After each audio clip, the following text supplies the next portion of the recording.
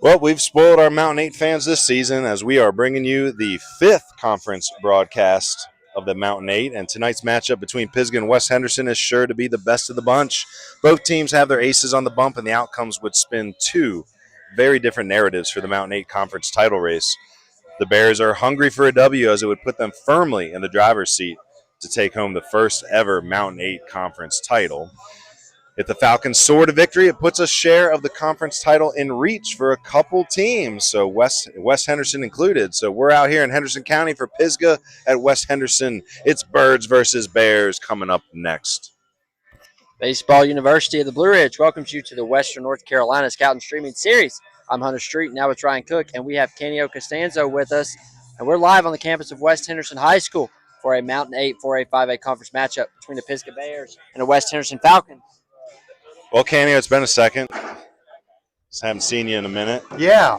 Well, we got a great one tonight, though. Yeah, I think the last time we saw you was it at Pisgah? That's right, we were at Pisgah. So I was going to say that is that might be an omen here. That was an exciting game, but, I think they took it handedly against Franklin that day. Tonight's game, I think it's going to be a little bit tougher for them to score, 10, 15 runs. These are two of the best here in Western North Carolina. Let's get into the coaches because we got to catch up on time. Harold Shepard, head coach for Pisgah. It's his 17th season. Again, you may remember he was a Franklin High School graduate back in 1989. Helped establish those middle school programs of Bethel and Canton in the early 2000s. That's what helped perpetuate the turnaround of that Pisgah program. Brought them to the playoffs. I want to say it was back in 2010, 2011 is the first time in, I think, 47 years. And he's been bringing them to the playoffs ever since. He was Conference Coach of the Year in 2014 and 2021, including Regional Coach in 2014. He's got a great, talented roster, and he hasn't been this excited about a group in a while. So, again, they're going to be looking to firmly place themselves at the top of the standings this evening. But Coach Jackie Korn and West Henderson's going to try to put a speed bump in those plans. It's Jackie's 6th year at West Henderson.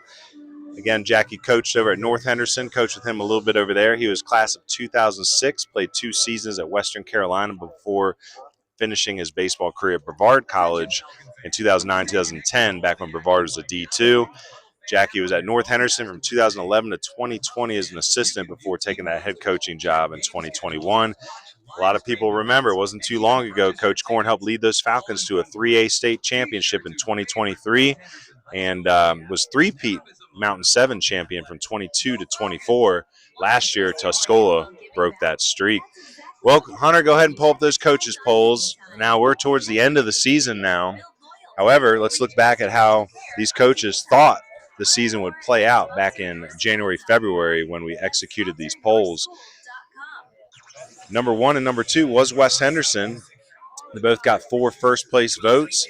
But after that, I don't think people saw it shaking out with Tuscola and Brevard. They had them 5th and 7th, and I think right now, is it not a 3-way tie for second place?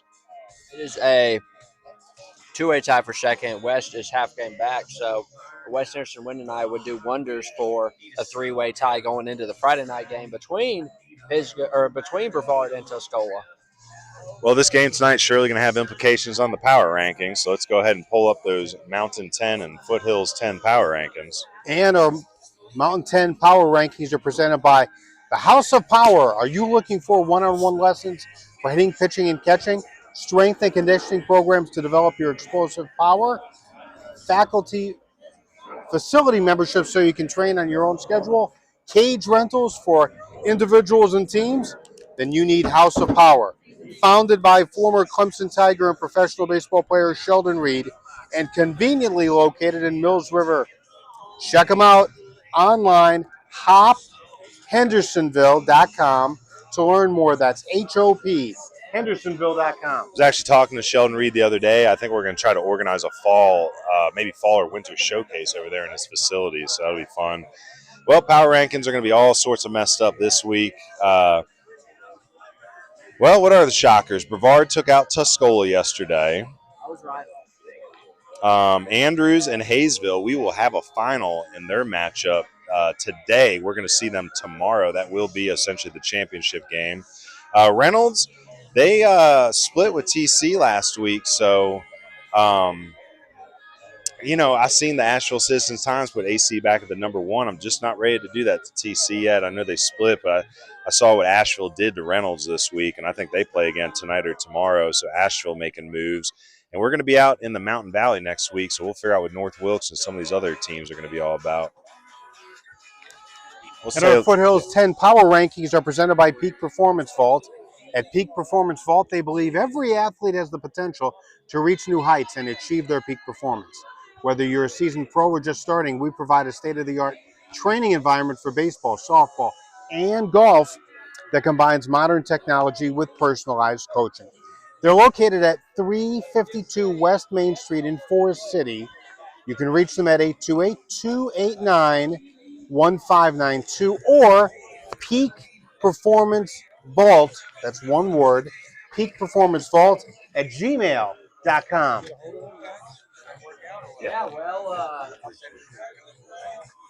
All right. Well, the biggest shock this week, Hunter knows how shocked I was. East Burke taking out East Rutherford 1-0. So I know that'll shake it up a little bit. East Rutherford just risen up to that number 2 spot. Maybe replaced by North Lincoln. North Lincoln took out Lincoln Charter pretty handedly the other night. South Point and Crest are facing off this evening. So that will probably determine the Big South Championship. And yeah, I hope it's a great game. Burns and Cherryville and Stuart Kramer face off tonight as well. Now, who won the first matchup this week? Because didn't they play twice? I'm gonna have to go. It's Thursday, Friday. Oh wow! It's just like Asheville Andrew. Oh wow! So that's gonna be a very decisive game. And then South Caldwell, I saw they lost to St. Stephen's this week, so they might be bumped. We might have a new number 9, number 10 ranking. I'm good. Just like there's a lot of good games, there's also a lot of statistical performances worth mentioning this week, and no one more worthy than Duncan Carver throwing a complete game gem against the three-peat state champion TC Robertson Rams. Got the W. 7 innings pitched, 1 run. I was told it was unearned. He had 2 hits, not a no-hitter as some others reported, and 0 walks and 12 Ks. So Duncan Carver carving up the competition this week. That's a pretty good walk to strikeout ratio. Yeah, I'll tell you what, that's what you need to beat a team like TC. But he did well, so we're going to be sending him something here in the mail. And Duncan Carver, he had a good week, and we're sending him some good iced tea. Whether it's original Carolina peach, zesty maple, or tropical island time, all you have to do is brew, chill, relax, repeat. Earl the mascot loves it, so do we.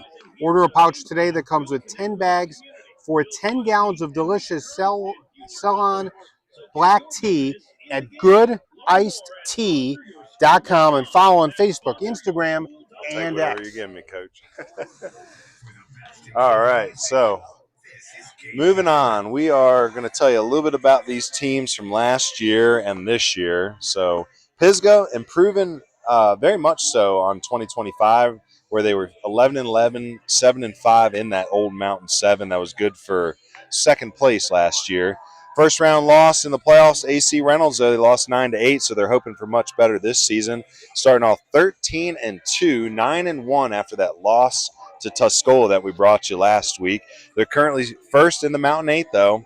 Started the season 3-0, off to a great start. Had a couple extra inning conference wins over Franklin and Smoky. This week, again, or last week, they took Tuscola out 12-0 before losing to them 4-3, and they sandwiched that with a win against Smoky Mountain.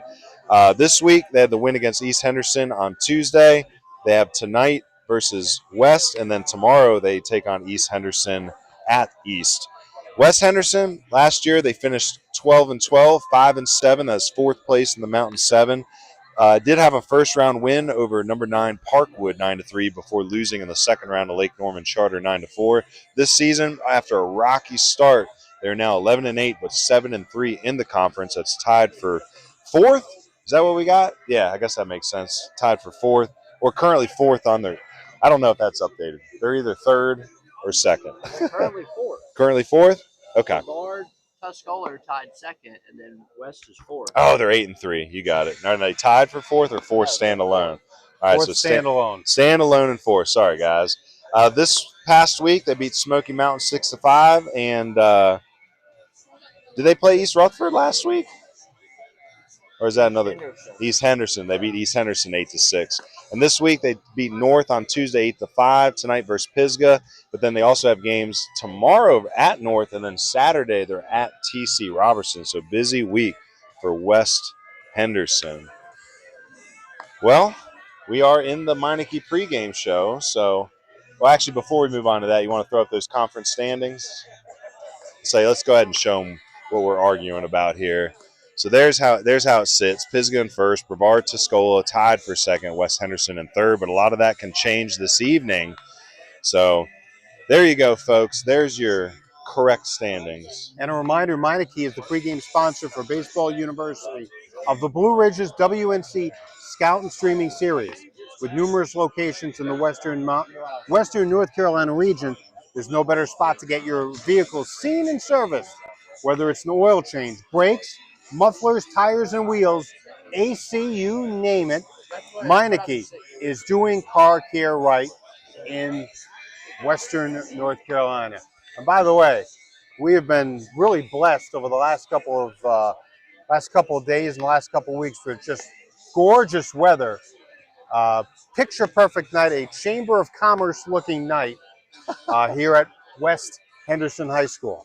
Well, we're going to do one of our favorite sections of the Meineke pregame show. That's the Where Are They Now? And holy cow, there's some good ones here. So for Pisgah, let's brag on Walker Fox a little bit. 2024 grad. He's at Western Carolina. Had an amazing year at Mars Hill last year. Transferred up to D1. He's technically a sophomore, but I'm telling you, this kid is a draft prospect. Carson Allison, he's up at Bluefield State. Ford Jones, he's over at Brevard. Both of them were 25 grads. Eli Rigsby, he's in his second season at Rockingham. Titus Bleckley having a great career down at Mid-Atlantic Christian University, putting up records. And Levi Medford in his last season of eligibility after 4 years at King, he's enjoying his fifth year at Anderson. Levi Medford also going to be one of the coaches for the Waynesville Howlers this summer. West Henderson, these are also some very impressive alumni. Truett Manuel, he is at North Carolina State after a redshirt year. He is healthy and thriving. Logan Oliver, he's up at Bluefield State. Jackson Lyda was just nominated for the Brooks Wallace Award, which goes to the top shortstop in college baseball. So a round of applause for Jack Lyda. And then Ryan Kasney, he's over at Cleveland Community College. Had to go through a couple of rehabs, hoping that he's healthy. A few that we want you to watch tonight. Again, for any college coaches tuning in, we have a big range of talent. Let's go ahead and start with Pisgah first. A couple of committed seniors. We've been joking this is the Guilford Tech Futures game. Maddox Wright and Boone Carver both committed to Guilford Tech, along with West Henderson outfielder and left-handed pitcher Brady Duvall. So 3 Guilford Tech commits in the game. Boone, a great catcher, lightning arm behind the plate. Maddox, a two-way prospect, a solid right-handed pitcher, but also very versatile in the field. And over on the West Henderson side, Brady Duvall, a very powerful left-handed swing. I think he's got some good loft in the swing, and he's a mid-eights left-handed pitcher, so how can you not love that?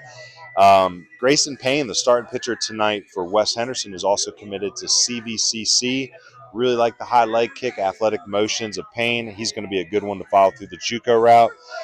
Prospects who are uncommitted, Pisgah got an interesting uncommitted outfielder in Jackson Lehman. He's scrappy, would be a great JUCO guy. And then tonight's starting pitcher, Zach Wester. We love Zach. We think he's one of the best arms to come out of the mountains in a long time. Probably in that same sentence as Truett Manuel and Amos Rich coming out the last couple of years. Tons of spin on the fastball and the slider. He will be your starting arm tonight. He's been up to 90, sits about 88, 90 early in the game. We'll see where it goes. Landon Wright had a great game versus East Henderson on Tuesday. He's another arm that's been up to 90. He'll probably be at third or first base this evening. Isaiah Mintz, we brag on him all the time. We think he's one of the best right-handed hitters in Western North Carolina. It's your center fielder tonight, Isaiah Mintz. And then Mason Young, he's probably the 10th man tonight, but, man, he's scrappy, and we like the way he plays. And I'll tell you, he's come a long way after jumping back into baseball in middle school, so keep an eye on Mason. And then Zane Wilson moved here from Ohio, another scrappy hitter. Probably a bat-first prospect right now. I know he's looking to play in college. West Henderson, one uncommitted senior is Nathan Klepp. I think he's on the pitch tomorrow, so we may not see him tonight. He's looking for some smaller school options around the Charlotte area. Some really athletic juniors. Isaac Latham, he'll be out in center field, a lot of speed, very athletic. Jackson Stepp is back, and he's healthy. He's a big-time prospect. He may have some high-level D2, D1 potential. He'll be at shortstop tonight. Grayson Davis, kind of in that same conversation as Isaiah Mintz, just one of those right-handed hitters out here that just rakes, has the ability to stay inside the baseball. And then we might see Patrick Auten in relief. I know that they have 2 more games this week, so the 6'6" right-handed pitcher is a very interesting pitching prospect. Has been low 8s. I love the body. And then 2028 catcher Griffin Tillery, one of the better sophomores out here in Western North Carolina, was thrown into starting duties early last year as a freshman, and he's grown a lot in his maturity behind the plate in year number 2. Well, let's hop into those keys of the game. We're moving along pretty quickly as West hasn't even done their IO yet, right? Oh, they have? Yep. Oh, so we got and the keys of the game presented by Meineke Fleet. What makes Meineke the smart choice for your fleet? Solutions to meet the needs of any fleet, including fleet leasing, self-managed, and rental agencies. Meineke is proud to sponsor the Meineke Fleet Keys to the Game. We appreciate Meineke. Meineke has been one of our top sponsors for 2 seasons now. Really couldn't do it without them. So let's go ahead and jump into these keys of the game. Well, we got the chosen one here, right? God touched Zach Wester's arm, so we're calling the first one here is Return of the Jedi, right? There's that redemption story here because he has got a brilliant mind for pitching. I'll tell you, this kid, he pitches with a smile on his face. And I know that he had that no-hitter going in the 7th inning last Friday versus Tuscola, and he ran into a bit of trouble. And it's like he forgot who he was for a minute, and he went from trying to win the game to trying to not lose it. And I think he learned a lot in that very small sample size to have that no-hitter through 6 and then have to switch gears like that. So, again, he's back. He could be back in that position tonight, and if he is, he needs to just tap into what works and know that, look, kid, you got an electric arm. Win the game, right? So we think this is the return of Zach Wester to dominance this evening.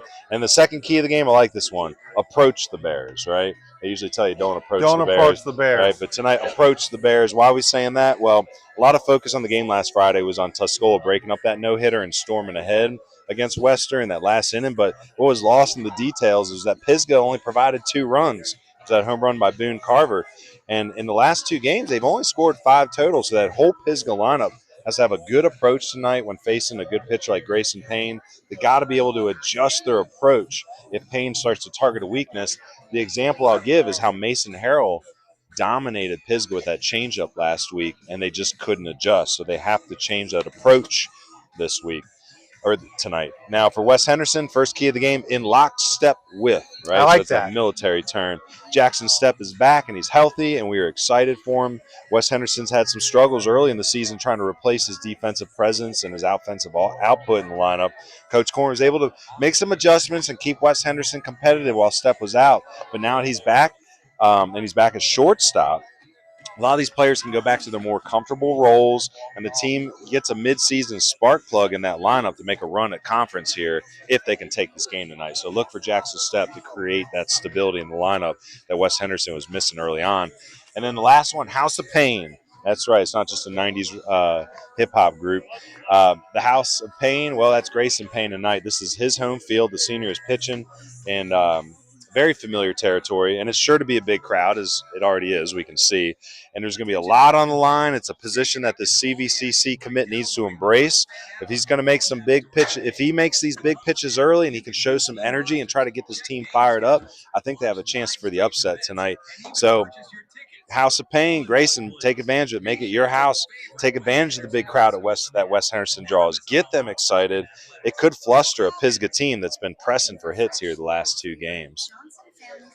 Well, finishing up IO, as Canio said, it's a beautiful evening. I don't think it's rained in 3 months, it feels like. It does seem like it hasn't rained, but This weekend it's supposed to rain, and then next week, 3 days next week, we're supposed to get some rain. Well, so we need it. Yeah, me and Hunter are going to have to go back and check the schedule too to make sure we don't get rained out in our final week of the season. But man, I'll tell you, we could use a good rainstorm because man, we need a burn ban lifted. I got cardboard and limbs and trees and sticks that I gotta get rid of them. They're piling up, but no burns here in Western North Carolina at the meantime. Let me tell you how bad the burn ban has been and how it's affected baseball fans. The Asheville Tourists scheduled a fireworks night for Friday night, canceled because of the use of the fireworks and exchange. And if you've been to a game there, you know that there are trees that surround the outfield, and so they don't want those trees to end up burning. And so anyway, no fireworks Friday night. Did Hunter tell you the other night? I forget what game were we coming home from the other night where Hendersonville was like on fire. Was it? Okay, so Friday night we're coming home. We come off exit 49 here at Batcave Hendersonville exit. Yeah. It looked like the whole Walmart was on fire. Dang. And what it was over on Howard Gap Road. I don't know if it was like someone was burning when they weren't supposed to. Some people said it might have been the homeless encampment over there, but it was like 5-6 acres got torched. But the local firefighters put it out pretty quickly. But man, coming off the highway, seeing that, knowing there's a burn ban, it was a sight. So. Well, we're back in familiar territory. I want to remind fans that we're trying to get our coverage started for Legion baseball yet again. Area 4 Legion coverage is going to be starting up May 29th. We're currently looking for sponsors, and West Henderson will be our home field again for post 70. I think we're scheduled for a 10-game broadcast schedule. I think it's about 8 or 9 games at home, a couple on the road. We're going to try to put together a couple exclusive broadcasts as well to get to some of the other posts in Area 4 that have expressed some interest. Phew. Well, the lineups being exchanged at home plate. Harold Shepard and manager Korn exchanging the lineups with the men in blue and going over the ground rules. All right, so I think we have the game changer ready, right? This is on the screen. I hope so. Okay. I tried to. And I guess that is key. We want to try to get you your pitch counts tonight. We've really enjoyed the couple stadiums we've been at where they have the pitch counts on the scoreboard, like at Reynolds and Burns was another one. And I'm looking right now. I want to pull up the scores. I'm hoping that we get a no Hayesville Andrews report yet. We'll see here. So Chase no hits drone. That's an early score to report. Let's see. Robbinsville beats Copper Basin by 10. Ooh, it's the 5th inning right now. It looks like Hayesville's up 9-1. Now, granted, Jackson Sellers is on the bump for Hayesville. He's going to Caldwell. He's up to 84, 85. That could be a lot for Andrews to handle. Tomorrow, it'll be Brady Reynolds for Hayesville. He's a mid to high sevens guy. Might be a little bit less overwhelming. How about Raven Gap playing Murphy this evening? 17-0. Oof, that's a tough one. You also have the ability to go to the tab with the YouTube broadcast. So if you ever need a replay, just go there and you can go back.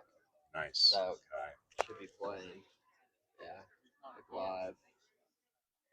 There we are. Technology. Turn your sound on. Now, that's why we need like 4 computers and monitors. I'm excited for tomorrow because Coach Dane Ricketts, the head coach for Andrews, is the tech specialist up there at Andrews. So I'm hoping he can teach us a few things. He brought up in his email the other day, he said, hey, I got Starlink if you need it. I'm like, oh, he knows our language. So, again, I know the Smoky Mountain Conference may not excite everybody, but I'm telling you, there's talent up there hiding. West Henderson High School. And, Jackson Sellers is a good example. Like I said, he's on the bump tonight. It's 9-1. They're winning. That kid is a college-level prospect for sure. I think the PA announcer is going to go ahead and start announcing the lineups, and then the national anthem is going to play, and then we'll come back, and Canio will give you the lineups and defensive alignments for both Pisgah and West Henderson. During tonight's game, West Henderson encourages and promotes sportsmanship by student athletes, coaches, and spectators. Profanity, racial or ethnic comments, or other intimidating actions directed at officials, student athletes, coaches, or team representatives will not be tolerated and are grounds for removal from the side of competition.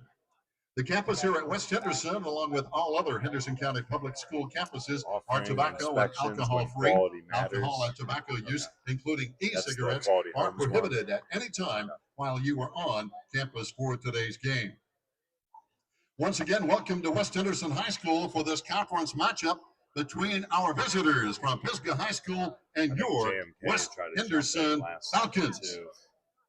Now let's meet the lineup for your Pisgah Bears. And number 1, Mason Young. Number 2, Ren Harden. Number 3, Alex Brindley. Number 7, Colby Woods. Number 17, Payne Barnett. A computer here. Never done that. Here is your Pisgah Bears starting lineup. Leading off, playing shortstop. Number 4, Maddox Life. Batting second, number 10. At second base, Braden Surrey. Batting third in center field, number 14, Isaiah Mitz. Batting cleanup behind the plate, number 8, Boone Carver. Batting fifth at third base, number 13, Landon Wright. Batting sixth in left field, number 9, Zane Wilson. On the mound for the Bears, hitting seventh, number 5, Zach Wester. Over at first base, batting eighth, number 18, Owen Rigsby. Batting ninth and playing right field, number 6, Jackson Lehman. Your Pisgah Bears are coached by head coach Errol Shepard, assisted by Bretton Fisher, Timothy Shepard, Jeremy Cagle, and Marty Stamey. Ladies and gentlemen, your Pisgah Bears.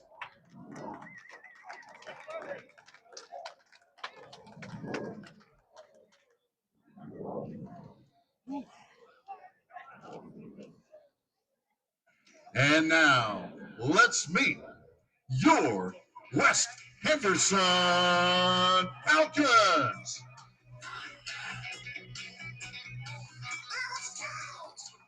Starting tonight for your Falcons, leading off at shortstop, number 6, Jackson Stepp. Batting second in right field, he's number 4, Josh Null. Batting in the number 3 spot, your left fielder, number 2, Brady Duval. On the mound for the Falcons, hitting fourth, number 1, Grayson Payne. Hitting fifth over at first base, number 22, Brady Dozier. Hitting sixth at third base, number 9, Carson McAllister. Batting seventh behind the plate, number 8, Griffin Tillery. I wonder what it looks like over there. Batting in the number 8 spot, your center fielder, number 15, Isaac Latham. They had me going to all these networking events. Batting So ninth nights are at kind of second tough. base, number down 7, and watch it. Grayson Yeah. Davis. I heard Rounding out People your are Falcon liking the lineup, name number change. 3, Oh, James okay. Maltby. Number 10, Cam Gilbert. Number 11, Stratton Taylor. Number 13, Nathan Klepp. Number 17, Zach Blankenship. Number 21, Patrick Otten. And number 24, Bryson Baker. Your Falcons are coached by head coach Jackie Korn, assisted by Ryan Anderson, Jimmy Gash, Chip Kuntz, and Jason Livingston. Ladies and gentlemen, your West Henderson Falcons. And now, ladies and gentlemen, if you would, at this time, we ask that you please rise, kindly remove your caps, and direct your attention to the American flag located in center field as we honor America and those who serve and protect it with the playing of our national anthem.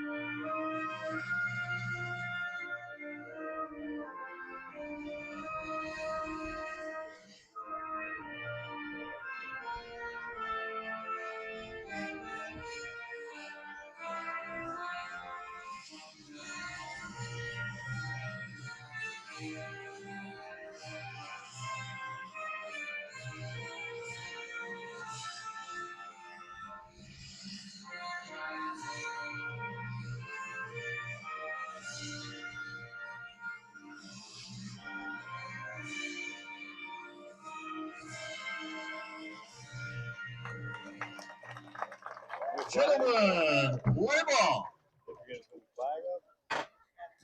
Justin would be livid.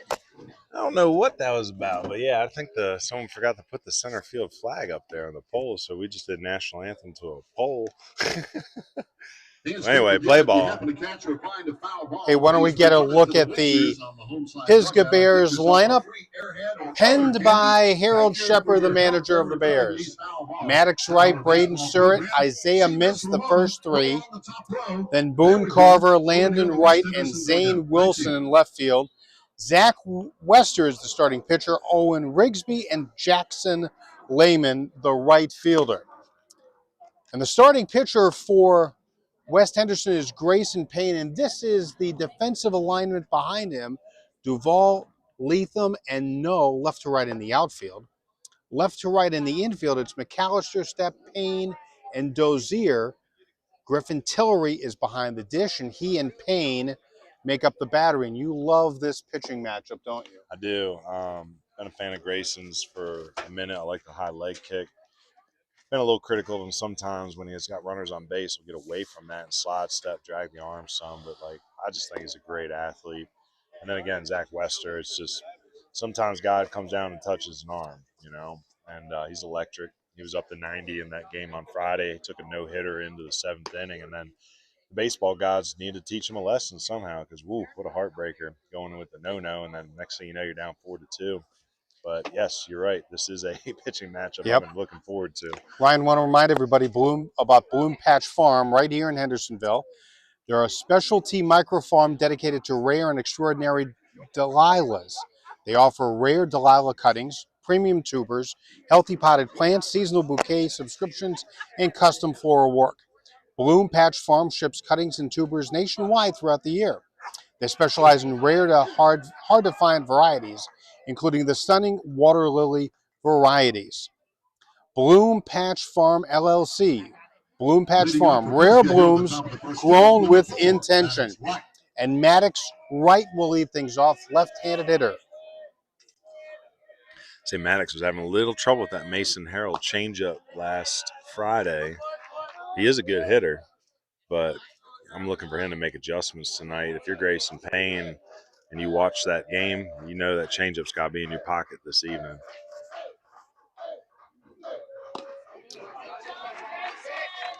One and one the count to Maddox Wright. Payne works from the belt with nobody on base.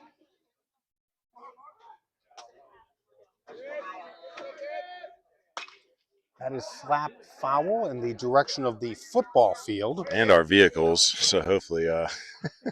Ooh, look out. Say, where'd you park today? You park up in the parking lot? Toward the main entrance. Say we snuck around over there, so hopefully we ain't got any baseballs waiting for us in the front seat. The 1-2, shot to third. Nice play, McAllister. Long throw, got him. So he just kind of slapped it there on the left side, kind of a defensive swing. Good job by third baseman playing that diagonal. And here comes the right-handed hitting Braden Surratt, second baseman for Harold Shepard's Bears. Now, Henderson County's got some good baseball fields, but I'm going to brag on West Henderson for a second. This is the prettiest baseball field to watch a game at in the county, maybe one of the top in the region. Chopper off the plate. This is going to be a tough play. Catcher Tillery's got it, throws the first in time. Nice play. Good hustle by Tillery. Some BH Granning glove work right there by Tillery. So, as you said, tough off the bat, had a little English on it, but, man, he made that look easy. Popped it right into that glove down there. Dozier at first. Center fielder Isaiah Mintz now will come to the dish. Now, Isaiah Mintz, let me tell you, he's one of my favorite right-handed hitters in the mountains, has been for 2 seasons.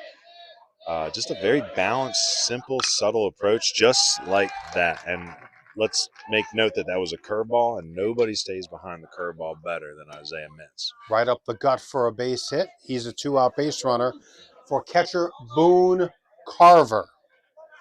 Say Mintz just wakes up hitting, man. And I told him this would be the first broadcast where I don't accidentally call him Isaiah Mingus, because I don't know if you guys remember Isaiah Mingus, but he was a standout for Asheville. And what's that? Well, this is what I was talking about. Like, when Payne gets into the stretch, I wish he would stay in his leg kick. He goes to that slide step, and I think that'll drag his arm sometimes, but he's enough of an athlete like that, like it's an athletic move. He's enough of an athlete where he can get away at that high leg kick as long as he's moving as fast as he can. So I'm interested to see how this goes with Mintz, who can run a little bit. 1-0 is high. Throw down to second base, though, is going to be in time. Great throw by Tillery, eliminating Mintz. And the inning comes to a conclusion. I think Coach Shepard is trying to see if they could get a runner in scoring position with 2 outs and make something happen in the middle of the lineup. But, man, Griffin Tillery, 2 outstanding plays in the inning. BH Granning, glove work all around. Didn't get to call that name that much in the Patton Highbrighton game yesterday. I think there was a total of 7 or 8 errors in that game, but off to a great start defensively, West Henderson. Want to thank the following businesses who are home team sponsors tonight, supporting the time put toward marketing this game to college coaches, pregame and editing and posting highlights for the West Henderson Falcon prospects with recruiting and scouting content on social media. Farm Bureau Insurance ran into my buddy Wallace Davis. Give him a call for all of your insurance needs. JMK Builders, LLC, 828-606-3769. Quality Home Consultants, offering inspections when quality matters. And JMK Builders, LLC. Let's show you the lineup for West Henderson. And they are managed by Jackie Korn. Jackson Stepp, Josh Null, and Brady Duvall, the first 3. Then Grayson Payne, Brady Dozier, and Carson McAllister, who made a nice play in the field a few moments ago. Griffin Tillery, Isaac Leatham, and Grayson Davis round out Jackie Korn's lineup. Jack Wester, the starting pitcher for Pisgah. Behind him in the outfield, left to right, Wilson, Mintz, and Lehman. And then left to right in the infield, it's Wright and Wright, Surratt and Rigsby. Carver and Wester make up the battery. Wow, right. Left side of the infield is the right side of the infield. Can't go wrong. And I want to thank those sponsors again for stepping up on such short notice. We'll have a couple of away team sponsors to shout out too. But again, this week did not necessarily go as planned. We're working on a flex schedule and had a couple hiccups, and we ended up picking this game up, and we are glad we did. And, when you're on short notice, you can call up a couple businesses, and they all pitch in to help. So, again, definitely thanking Mr. Wallace Davis, Farm Bureau, and then JMK. I mean, JMK has been all over our broadcast. We appreciate the heck out of them. And they're building some beautiful house on St. Paul's Road. I've been driving past it for a couple weeks now. They put in a big old foundation. It's cool to see every day, just a house slowly being built. So that's JMK. And then again, our other new one was, what was it? First Quality. I was going to say that's how quick it was. I'm still learning. So Quality Home Consultants. So again, very happy that we're able to find sponsors on such short notice. And Jackson Stepp leads off. Takes the first pitch for a strike. Stepp having a tremendous year at .487 on the campaign. Yep, and remember that's missing several games in the beginning of the year with an injury too, so he's hot right out the gate. So Hunter, you got that radar gun app working? It's being dumb. Being dumb? It's too far. All right, I'll walk over there and get some readings as we go along. But again, last week we saw Zach at Tuscola. He was up to 90, sitting 88, 89 early on. Lots of spins. 2-1 is slammed into center. That's a base hit. Good piece of hitting by Jackson Stepp, a leadoff base runner here in the home first. Man, and that's what West Henderson was missing when Stepp was out, is that spark plug at the top of the lineup. And Zach Wester versus Jackson Stepp is a really interesting matchup there. So Jackson Stepp takes round 1. Right fielder Josh No will come plateward. Right fielder, number 4, Josh No. Third baseman Landon right in tight, thinking bunt, and the first pitch is a strike. Say Boone Carver quick out of the crouch there to make sure Jackson Stepp wasn't getting an extra step or two on that secondary. I'll tell you, Boone Carver behind the plate is catching 2 arms this year. They've been up to 90, and Zach Wester and Landon Wright, so he's well prepared for the jump in velo that he is going to be catching up at Guilford Tech next year. Look how tight Landon Wright is at third base. He's backing up now, but he's been blitzing in. Another throw to first. Stepp is back. Well, when we saw Charlotte Christian playing earlier this year and saw their bunt defense, they were twice as close as Landon Wright was on that prior play. This is bunted. This is a good one. Wester's got to pick it up and throw to first. Low throw, scooped out nicely by Owen Rigsby. Ooh, Rigsby saving an error there. So again, that's some BH Granning glove work from the first baseman Rigsby. So older brother Eli would be proud of him on that one. Again, Owen's older brother is playing at Rockingham. So with Zach Stepp Bond. at second, sorry about that. Oh, you're good. Brady Duvall and his .328 batting average will come to the plate. And it's funny you say 328 because I'm still waiting for him to heat up. Early in the year, a lot of singles through that first base, second base side. I've been waiting for him to let the ball get a little deeper and see some of that loft that he's produced in the past where he can flick home runs over that left center field or catch one and throw it over the right center field fence. Like, he's got some real pop in that bat. But again, I think he's just heating up. 0-1 to Duvall. That is down the right field line, hit well, but that's a foul ball. Say nice exit velo metrics there, but a strike in the book. Long strike.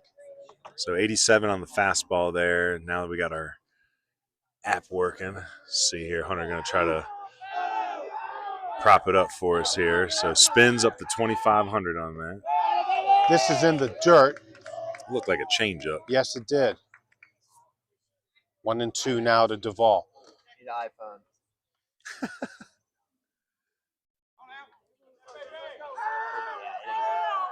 It's too far. Okay. It messes with him too. So.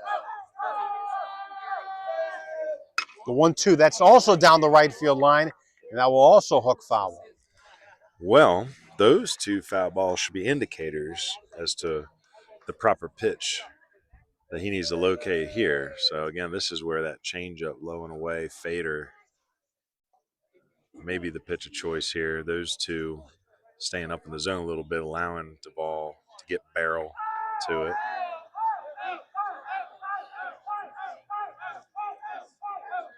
I don't know if the fastball is the right pitch here because because he sped his bat up like so. So it's 3 in a row. Again, I think that was another off-speed pitch.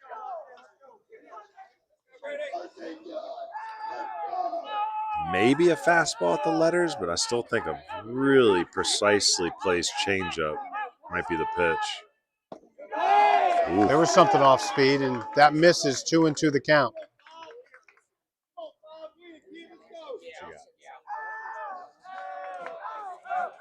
Is that Will? 2-2. Oh, he got him. I think that was that a changeup? I think so. I think that was a changeup. So nice piece of pitching there by Wester. Are you able to And Grayson Payne now can come to the plate and maybe help himself. Batting now for your Falcons, your pitcher, number 1, Grayson Payne. Jackson Stepp still at second base, but now 2 down in the inning. Good block by Carver behind the dish. I'm probably going to have to keep Game Changer on my phone if I'm going to get it. So it's okay. One of these days we'll stumble upon a real tech connoisseur. Get like 6 screens up here with all the information we need. That pitch misses 2-0 now. Say Payne's a good athlete. He can definitely swing it. I think he's going to be a PO at Catawba Valley. But again, pitchers are athletes, and a lot of times they're going to be one of your best offensive contributors in high school. And that's the case with Payne.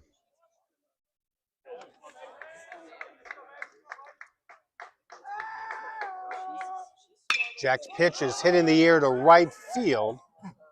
Jackson Lehman under it, and had some trouble with it, but he makes the play, and the inning comes to a conclusion. So both teams get a hit, but nothing else. And we go to the second inning. We are scoreless. For the best coverage and content of Western Carolina baseball, visit our Patreon at patreon.com/BBUniversityWNC. Here you'll find conference previews, preseason and playoff predictions, power rankings, players of the week, podcasts, highlight films, and much more. Memberships start at just $1, and all the money raised stays right here in Western North Carolina. Support Mountain Baseball. Well, to make a point on that, we just released on our social media today our June 10th prospect filming's coming up. And if you read the post closely, you'll see that the cost, the price point on the prospect films is $25 less than it was last year. And the reason is we have 132 paying Patreon members. So we're trying to make a point and show that if we can bring in revenue through different streams, we're going to try to keep rewarding our prospects with more affordable recruiting opportunities. So, and a reminder, the second inning presented by Comfort Keepers. Comfort Keepers specializes in comforting solutions for in-home senior care. Nothing is more important than helping people to live full, independent, and dignified lives within the comfort of their own homes. Comfort Keepers offers an extensive range of non-medical care services tailored to the unique needs of each individual we serve, serving Buncombe and Henderson counties, and also hiring for part-time positions. They're looking for flexible people available for AM and PM shifts in the Asheville and Hendersonville areas. If you're interested, you can reach them at 828-687-1199 or their email, asheville@comfortkeepers.com. Couple goose eggs up on the scoreboard. No score between the 13-2 Pisgah Bears and the 11-8 West Henderson Falcons as we get ready to play the top of the second inning. just a lot of baseball fans here tonight. No coaches of other teams at all. No scouting going on. What's the gold hat down there? Is that Justin? I don't know. As a North fan. No, that's a kid. Oh. But Yeah. So we got all sorts of Mountain 8 fans here tonight. Got a couple other high school coaches here scouting a little bit. Great night to be out here. Well, there's a few college coaches here tonight too. We talked to a few before the game. I'm not gonna tip my hand here, but just know there's a lot of college talent here, and it's great to see college coaches showing up at Mountain baseball games. Here's a ball popped down the left field line, and it is going to hook foul That off one the might bat be of in my Boone Carver. windshield too. I did to the softball field where they got an important game going on. What's going on with them? They're fighting for the championship tonight too. 9-1.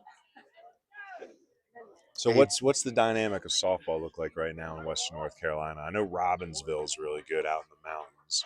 Owen is always very good. Well, you said North beat Owen. Who's that? What team she play for? She's with Owen. South Carolina coach Eddie Hinton. The one girl at North Buncombe a couple years ago was really good. We were talking about her the other night. Coming up, yeah. And you said they're naming the field after already? They did name North Buncombe named their softball field after Carlin Pickens. I mean, who has had a great career. I'm at sure a Tennessee. female athlete can be humbled by that. My God, if you did that to a male athlete at like age 20, named a field after him, can't imagine the ego. Strike 3 there to Boone Carver. And Carver is eliminated. That's the first out in the top of the second. First strikeout for Grayson Payne. That'll bring up Landon Wright, the third baseman. Well, the price was right with Landon on Tuesday. He was a shutout, complete game W over East Henderson. Fastball again. His fastball cooks in there. He's been up to 90. Glad to see him healthy, but I'll tell you, kick and hit a little bit too. Sharp one to short. Stepp's got it. Over to first. Oh, high throw. Nice And job. Wright is safe. Nice job by Landon right there not to make a move towards second. So that'll be E6. Another base runner for Pisgah. How much discrepancy with some of those errors last night trying to figure out the box. Did you see the box on Max Preps after compared to our box? What was it? It was like 2 or 3 hit different and Really? different. I was like, who's keeping this? It was a sloppy game. I'm glad we did it. High Brighton versus Patton. It was like essentially this like a second place game for that Western Piedmont. I was impressed with a few of those players on High Brighton. I like the Brady Davis kid, the unsigned senior for Patton. But it's one of those games where it's like you need to do games like that because there's good players, but it's not necessarily going to be the caliber of the game you're seeing here tonight.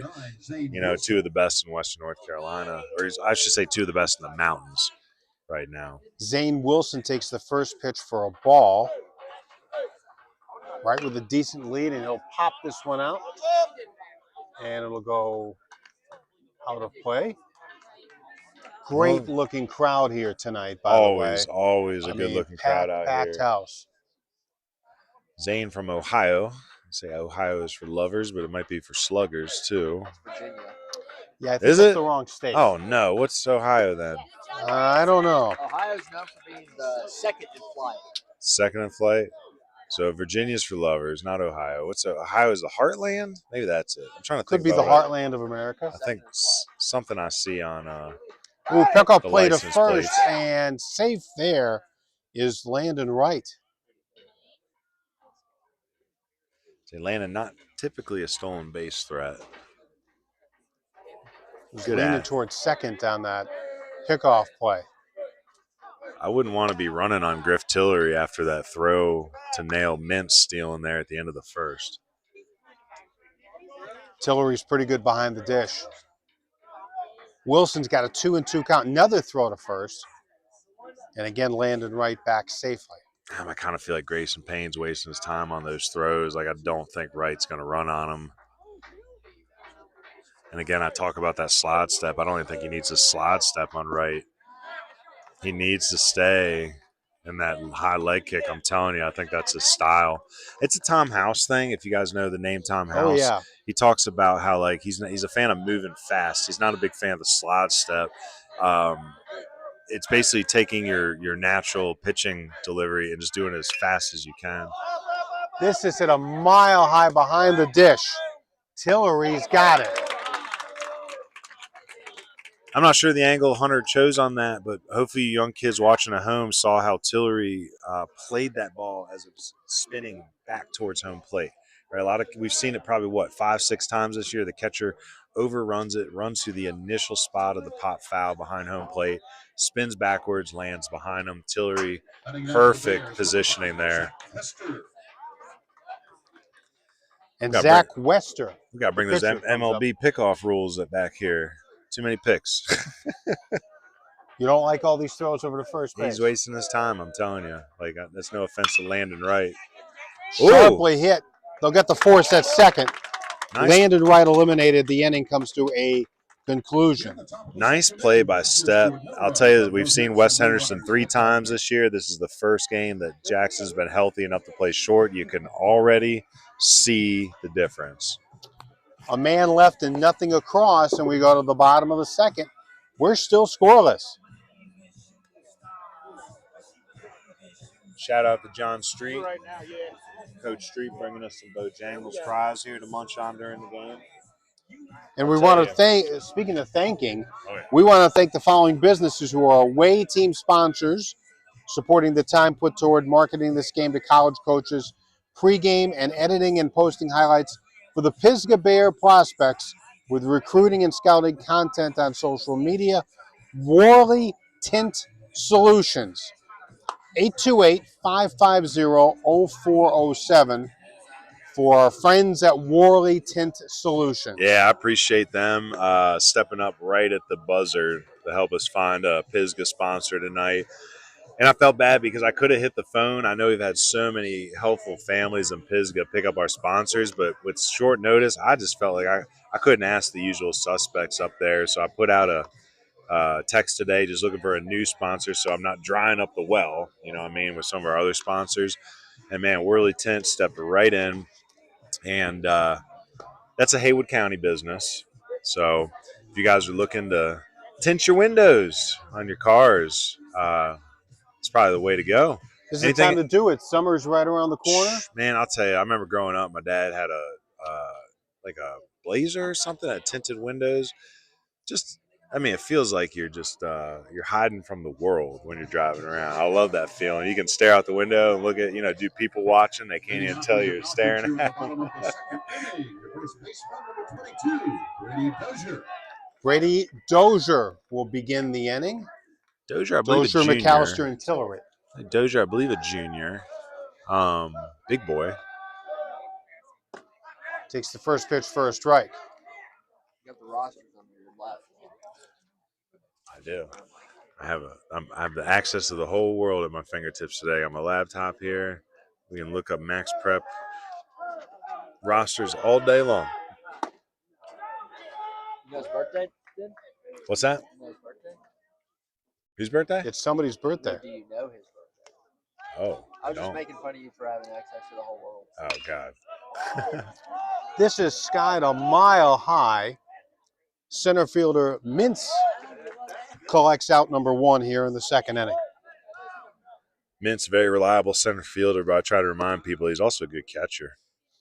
But he's not going to be the first string this year with Boone Carver behind the plate, but he might take those reins next year. Say Boone, one of the best. Got word he's playing Legion baseball with us. Oh, can't wait to see him. Yep. Here is McAllister on the ground, a short, scooped by Maddox Wright, who throws the first. 2 pitches, 2 outs here in the bottom of the second inning. Nice play by Maddox Wright. Maddox will be the first one to tell you he's not a natural shortstop. Wester's usually playing the position, but Maddox can play several positions, but that's when he's at his best, is when he has to be athletic. That's how Wester keeps his pitch count down. 2 pitches, 2 outs. He had 18 in the first, so keeping it low. I got to think that Griffin Tillery will take a couple pitches here. And there's one that's inside. A hit for both teams, but nothing else across the board as we play the home second.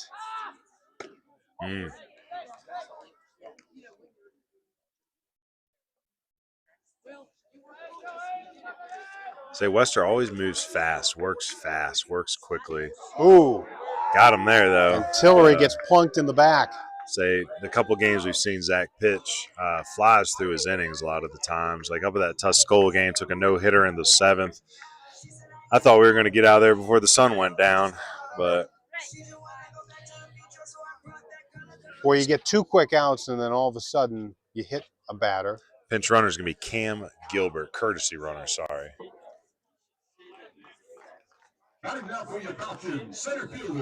So Gilbert is at first. That allows Tillery to put those tools of ignorance on. I tell you, Mintz got thrown out by Tillery on the base pass. I'd like to see somebody try and Boone Carver. I don't think after that there'd be many more stolen base attempts in this game. These are two of the better ones. Backstop.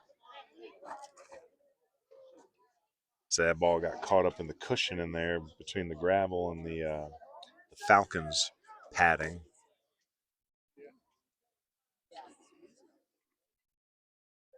So 2 outs here. Zach Wester needs to take a deep breath.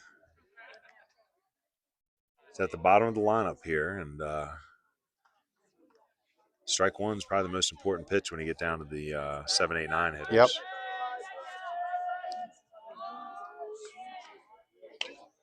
This is fouled at the plate, and skewed toward the Pisgah dugout. You're going to get some awkward swings like that on those off-speed spinners. And that's the thing about Wester. He doesn't have to bury his slider or curveball. It breaks so late that a lot of times it's just like that. It's going to be in the zone, maybe even a strike called, but it just moves with such tight, late action. Isaac Leatham is behind in the count now, 1-2. Takes that pitch for a ball, throw it down the third base, and safe at third is Gilbert. See, it looked kind of like a delayed start there on the steal. Kind of caught Carver by surprise. Wright was late getting to the bag down there, too.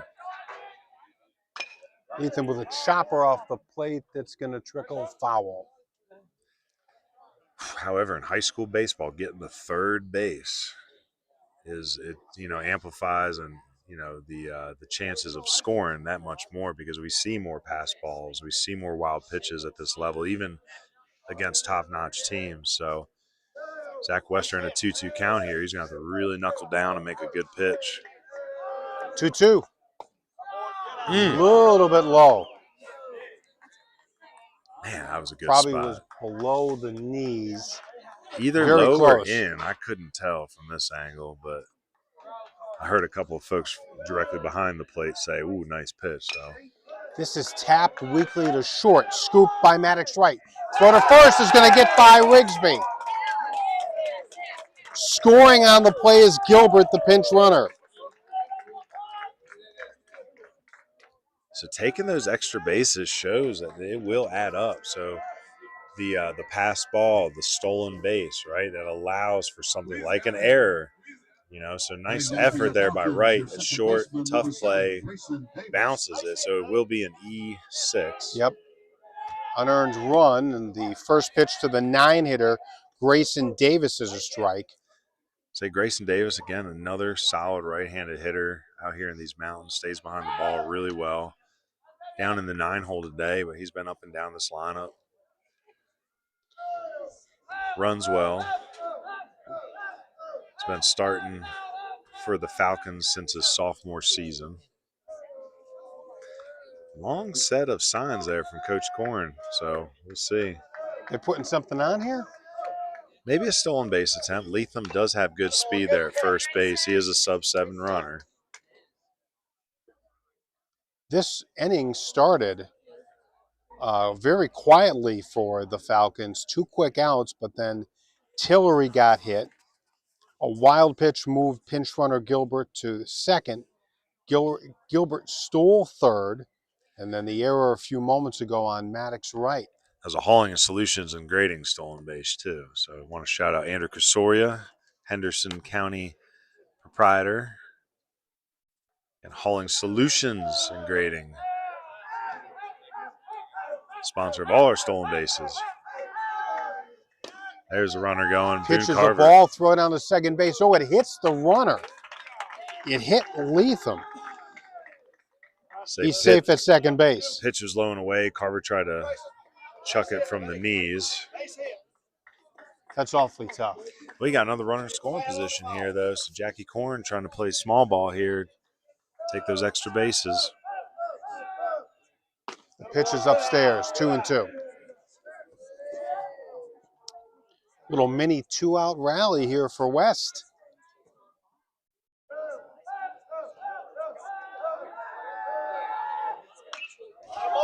Ooh, good cut there by Grayson. I think what worked so well for Wester in the first part of that game on Friday was, he was collecting his Ks, but he wasn't afraid to attack the zone early, trust his defense behind him. Defense has picked him up a couple times today. I know that E6 is hurting a little bit, but you still got to go out there and trust the 8 behind you. Here's a liner. Oh, right back to Wester. Holy cow. Look what I found. Reflexes of a cat. But in a game like this, you'll take the outs any way you can. And so a run, an unearned one, no hits, a costly error, 1 left. We played 2 from West Henderson High School, and the Falcons lead 1-0. Stay connected on social media with Baseball University of the Blue Ridge. Like and subscribe on YouTube at youtube.com/@BBUniversityWNC. Like us on Facebook at Baseball University of the Blue Ridge. Follow us on Twitter and Instagram at BBUniversityWNC. Check out our website, baseball and the letter U. That's baseball, the letter U.org.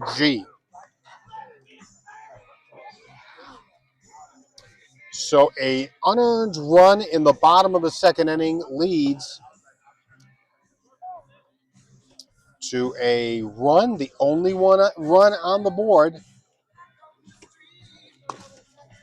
and it's 1-0.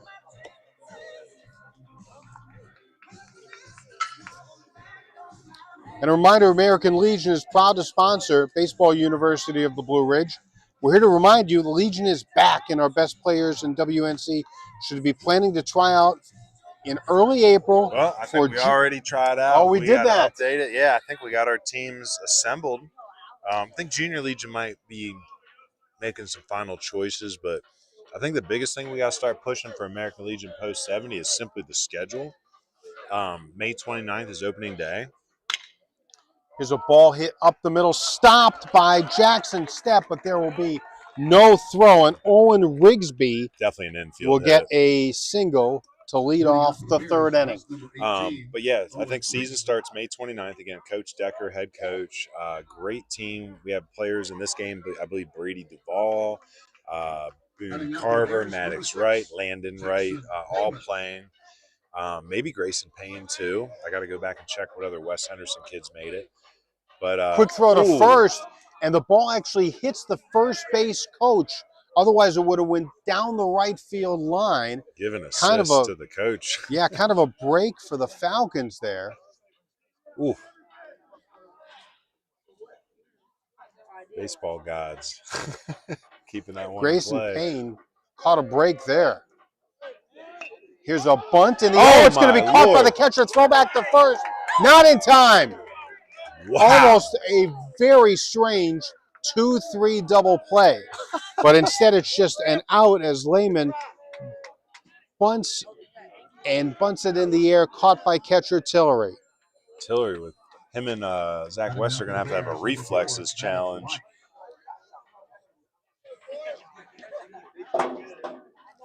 Say Wester catching the line drive, and now Tillery catching the pop-up, which is barely over his ears. Maddox right now to the dish, and he'll foul one above us and out of play. By the way, we are located basically in the stands. We're right behind home plate on the West Henderson side of home plate, third base side. 0-1 pitch. Ooh, big cut there. 0-2. St. Maddox Wright going to be heading to Guilford Tech with teammate Boone Carver and opponent Brady Duvall. So Guilford Tech starting to get their name up here in the mountains a little bit. Coach Wharton took over that program last year and took a shovel to it, just trying to turn it around, turn it over, and he's done a great job. He's recruited some solid talent, got them playing in some of their games in that High Point Rockers Stadium, starting to invest in some pitching technology that I believe is the Ghost Lab. They built a partnership up near Greensboro with. So a lot of you young 27, 28 Western North Carolina prospects got to start zoning in on Guilford Tech as a JUCO option. Again, junior college baseball, very hot right now. Excellent trampoline, opportunity for people to jump up to higher levels. Just look at Caden Davidson, who's crushing it at Gaston, over 100 RBIs this season. That's incredible. This is the center and hit pretty well, but backtracking is Isaac Leatham. He's under it for the second out in the inning. Leatham's a good center fielder, very good athlete, runs well. I get on him sometimes, want to use two hands out there, but, he's athletic enough where you don't always have to, especially when he's on the run. 2 down now, and Braden Surratt they were talking about Caden Davison, but he recently committed to Wake Forest. So don't tell me the JUCO route isn't or doesn't work. That pitch on the inside corner for a strike. No, you're absolutely right. There's nothing wrong going the JUCO route. You can. It ain't easy anymore. It ain't easy either. It's not like you just show up and play. Liner into right, dropping quickly, and that will fall for a hit. Rigsby, yeah, say big turn at second there. Rigsby gets back to second. Opposite field single for Surratt. Well, opportunity for a 2-out rally here, and no man better to try to be the catalyst than Isaiah Mintz. Mintz had that hard single there in the first inning.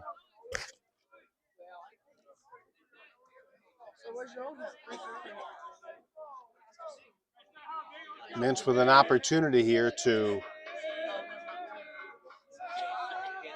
put the first one of the on the scoreboard, but this is a pop-up in the infield. Second baseman Grayson Payne is under it.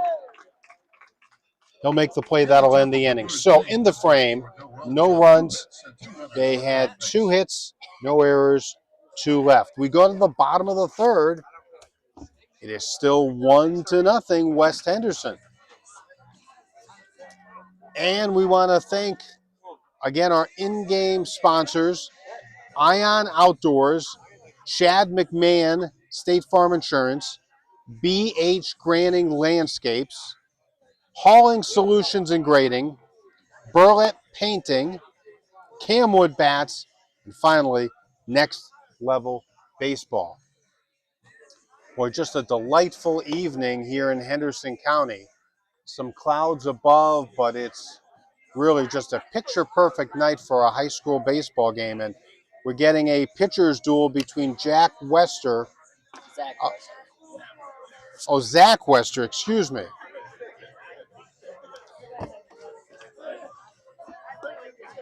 Between Zach Wester and Grayson Payne. West Henderson will send the top of the lineup to the plate, Stepp, Null, and Duvall. The first 3 for Jackie Corn's Falcons. Yeah, I went and checked in. Radar readings pretty similar. Wester's been high 8s. Payne high 8s, low 8s, high 7s. Again, I've been a little critical of him on that slide step. I think he's a great pitcher, but I want him to stay in that leg kick and just pitch. I feel like he's having trouble timing up. First pitch is upstairs for a ball. Reach that one, right?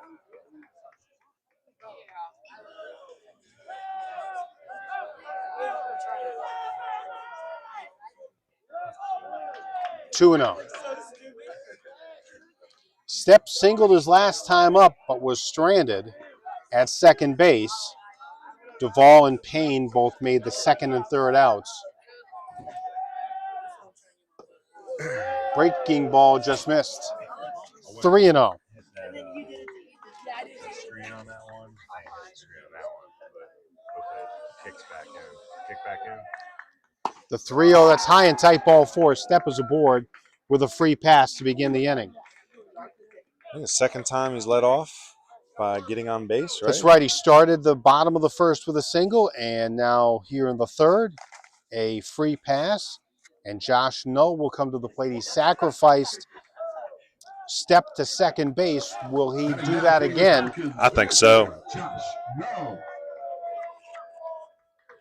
Seeing the signs flashing again, and look at his hand slid up the barrel there on the pick. So it's usually a good reason to pick off is to see if your guy's bunting against you.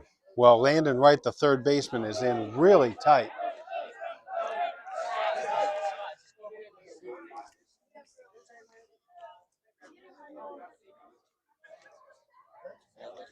Yeah, you see how deep he is in on the grass. I say get closer, get closer.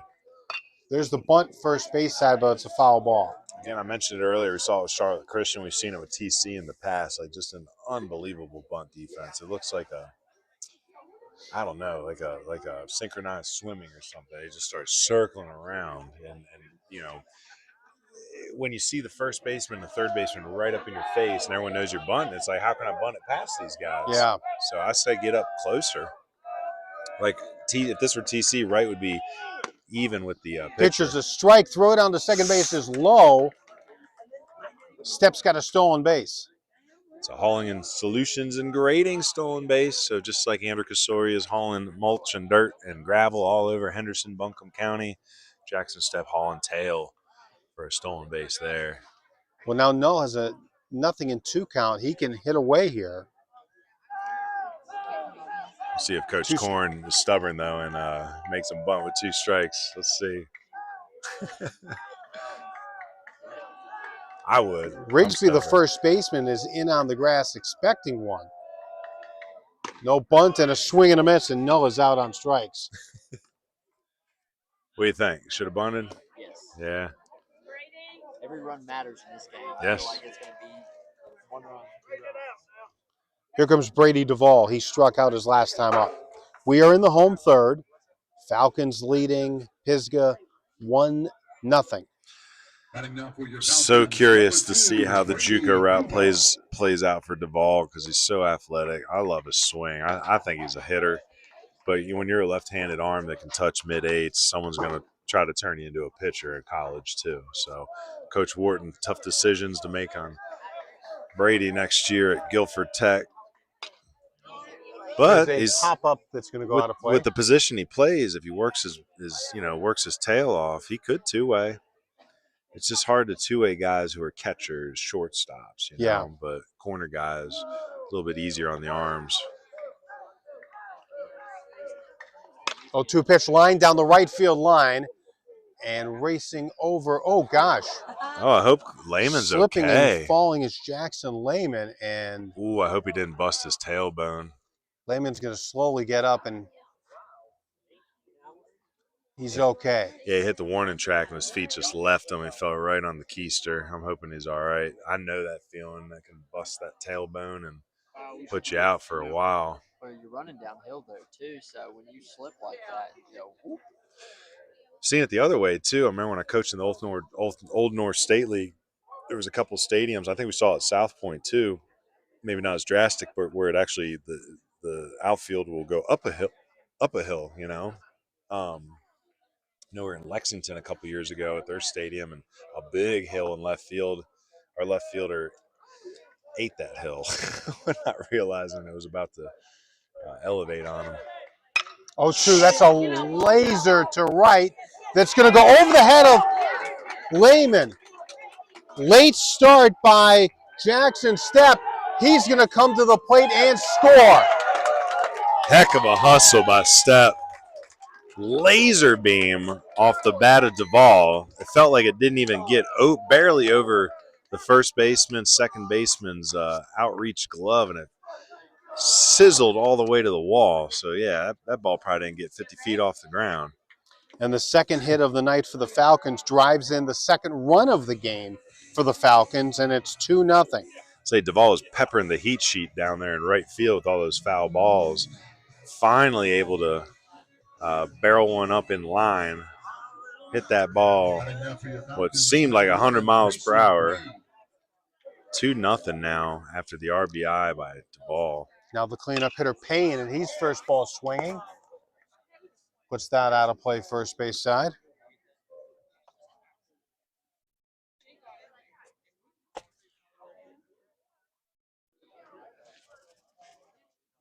.51 pitches. Wester's at 51 pitches? Okay. So pitch count for Wester right now at 51, 52 after that one. And that's in for a strike.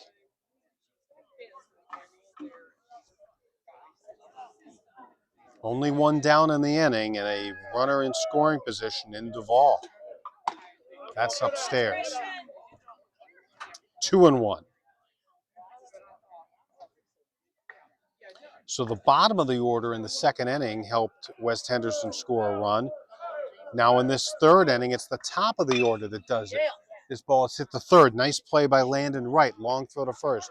In time, but taking third on the grounder to the left side of the infield is Duvall.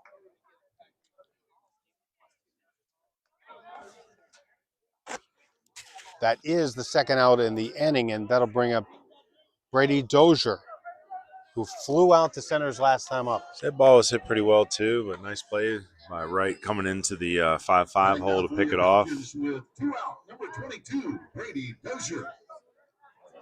Dozier trying to collect a 2-out RBI right here.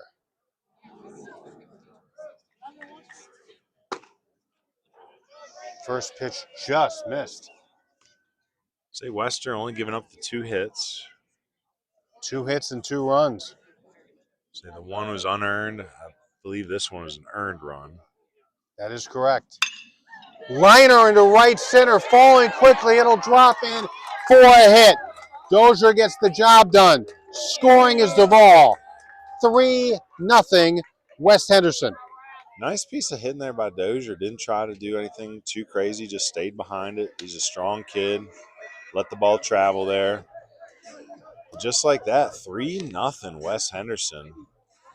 And Pisgah's been having a little trouble scoring runs the last couple games. 2 in the game against Tuscola on Friday when they lost 4-2. 3 games on Tuesday versus East Henderson when they won 3-0. But again, they're averaging just the 2.5 runs over the last 2 games. So Pisgah gonna have to get in that dugout, figure out how to get those bats turning. Ooh! And that is another hit by pitch. Second one given up by Wester. Say Wester's gonna have to find some composure here, deep breath, and find that strike zone. So Coach Shepard coming out to speak with his ace pitcher, and that is a Ion Outdoors pitching mound visit, first of the day. Again, Ion Outdoors located down there in Gaston County, and they specialize in pools and patios and pergolas and outside kitchens and all sorts of backyard dreams. So if you're looking to make your backyard dreams come true, get with Ion Outdoors. All right, well, let's see if the mound visit helps settle Wester's nerves a little bit. Inning continues, and here's Griffin Tillery. He was hit by a pitch with 2 out in the second inning, ended up scoring on a throwing error by shortstop Maddox Wright.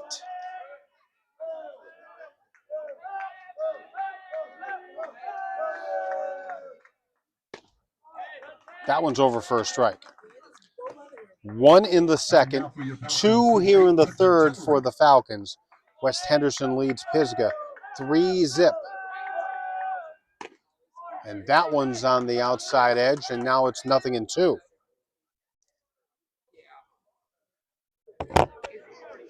Well, if it's a final out there in Hayesville, I think it's 11-1 in 5 innings. Jackson Sellers throws a no-hitter and had 4 RBIs in that game. Strikeout here to Tillery ends Strikeout, and that does, and the third strikeout for Wester. However, 2 come across in the inning on 2 hits, no errors, 2 men left on base. We played 3 from West Henderson, and right now the Falcons lead Pisgah 3-0. Well, hopefully tomorrow Hayesville versus Andrews a little closer and 11-1. That's the first loss of the year for Andrews. And again, Jackson Sellers for Hayesville throwing a 5-inning no-hitter. Very dominant statement win in Hayesville tonight.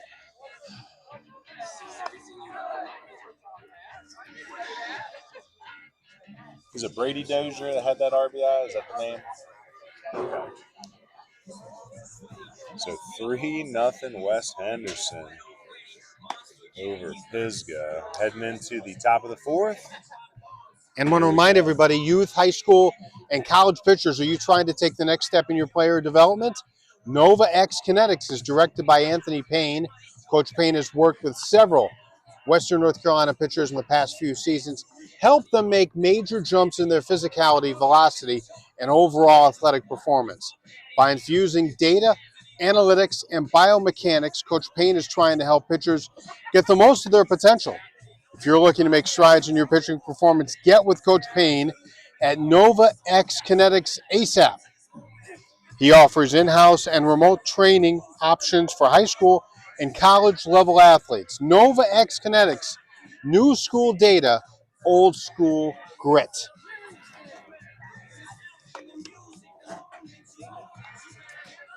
All right, I'm caught up on all my messages. Crazy game here so far. West Henderson jumping out to a 3-0 lead here. So Is 3 enough for Mr. Payne? I mean, he's dealing right now. I don't, we're going to find out here the second time through the lineup, So I think Payne he's going to throw 105 pitches tonight if necessary. He's worked up his stamina. He's the guy that Coach Korn knows he can go to for a whole game. So it's really his to lose. They're not going to take that ball away from him unless he completely drops the ball. Boone Carver, the first batter. He's going to pop one up first base side out of play. Say Carver provided the only scoring for Pisgah in that Friday night game versus Tuscola at a 2-run home run. I believe it was in the bottom of the first inning, and that was it for their offense that night. They left a lot on base. I'd love to go back and tally it up.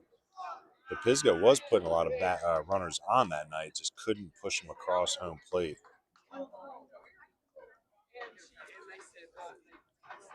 One and one now to Carver. Another pop-up. Who wants it? Shortstop Stepp races in. Stepp, no Makes problem the play. stepping up and making a play. Oh, I see what you did there. They really are glad to have him back in the middle of the field. You can tell this is a completely different team with him back at shortstop.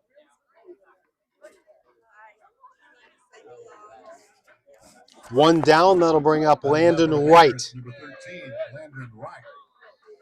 Wright reached on an error by shortstop Stepp his last time up, but was stranded at first base. First pitch to him is a little bit low. It's a ball, 1-0.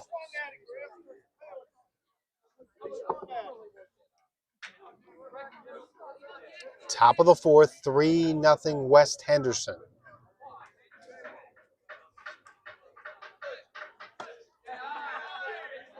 Two and 0 now to Wright.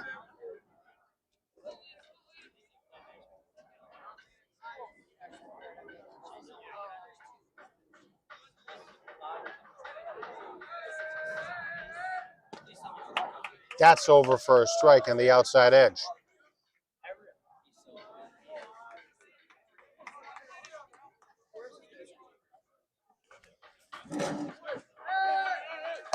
I'll tell you what, Payne Right. is moving downhill so well. Like when I went to fix that camera, I got the peripheral. This kid is moving really well tonight. So to answer your question, it's going to be tough for Grayson Payne for Pisgah to hit Grayson Payne tonight throwing like this. There's a fastball a little high. Scoreboard says 2-2. It is 3-2 though. I do think the key is if they can get some runners on base here, getting him out of his comfort zone with that leg kick and making him pitch from that slide step, which again I don't think he needs to. So is that Landon Wright taking the walk? Indeed it is. Landon Wright gets a one-out base runner. He's been on base twice now. Well, last time he was on base, they tried to pick him off like 4 times, Yep. And that's what I'm saying. I don't think he needs to worry about the runners as much as he thinks. So let's see if he goes back to that slide step here. He does. And this is slapped down the right field line that will go out of play. Zane Wilson fouled out on a bunt attempt to catcher Tillery, who made a great play, and then they threw back to first and almost doubled off Landon Wright.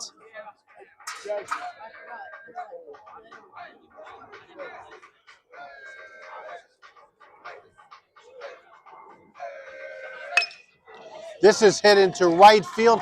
That's a base hit. Pisgah will go station to station. Landon Wright will go to second.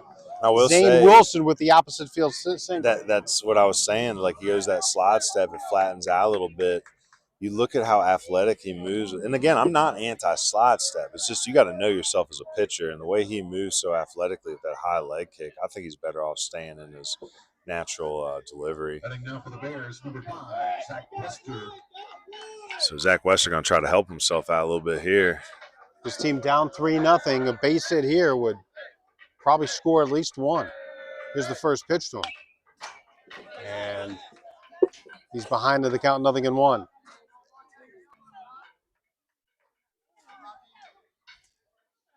One out, but first and second for the Bears.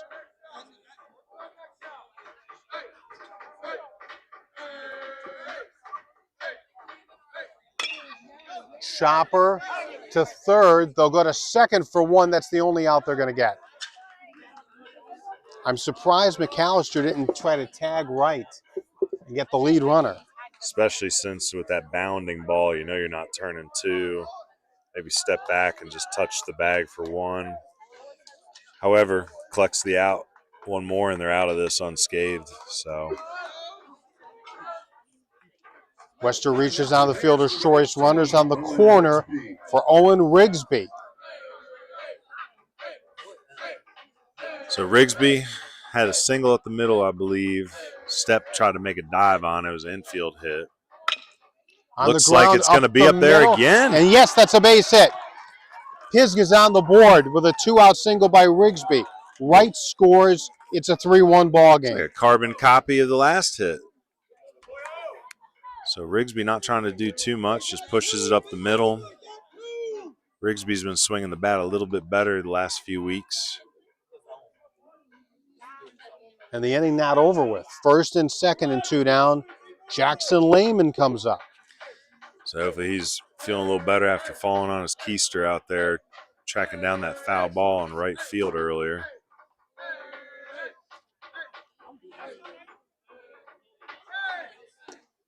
Checked his swing. No. Plate umpire says he went around. That's a strike. I think if you're Payne, you go right back to that pitch. Yeah, Lehman could not hold up. See if Payne does that.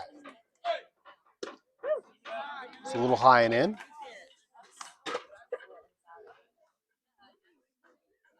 Falcons 3, Bears 1. We're in the top of the fourth.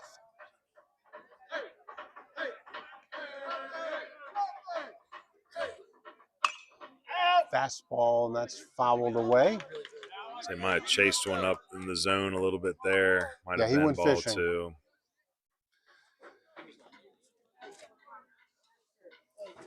Well, Payne can replicate that first pitch curveball. That might be the pitch to go right back to. Lehman spread out a little bit more in his stance here, 2-strike approach. That fastball didn't miss by much. So the one he chased prior to that is probably a little higher. It's a good job making adjustments. 2-2. That's low. Good call. Yeah, the pitch before that was closer. This one, not as close. Runners will be moving on this pitch. 2 outs, full count.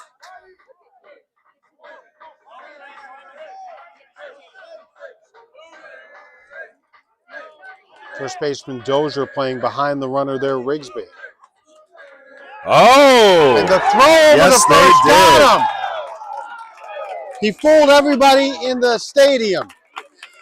I think whatever Coach Korn was hollering before that pitch was a secret code that the team had probably worked on all year for a special occasion like this. Again, I'm not sure what Coach Korn yelled, but I know it was probably something subtle to seem like it was just any other coach banter, but it put on that play.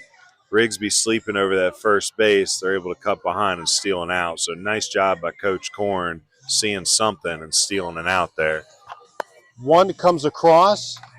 We go to the bottom of the fourth, and it's 3-1 Falcons. Thank you to the following businesses who are home team sponsors tonight, supporting the time put toward marketing this game to college coaches pregame and editing and posting highlights for the West Henderson Falcon prospects with recruiting and scouting content on social media. JMK Builders, LLC.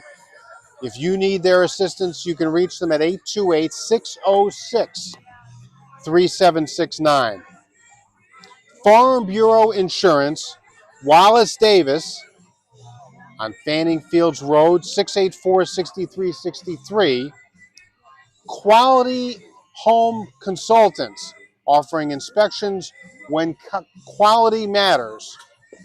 And finally, JMK Builders LLC.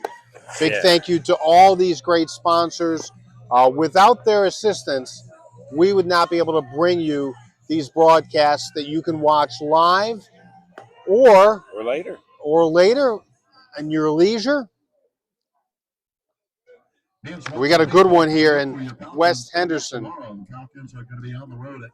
West Henderson gives up a run to Pisgah in the top of the fourth. And West Henderson will send their 8, 9, and 1 hitters to the dish, beginning with Isaac Leatham, who reached on an error his last time up.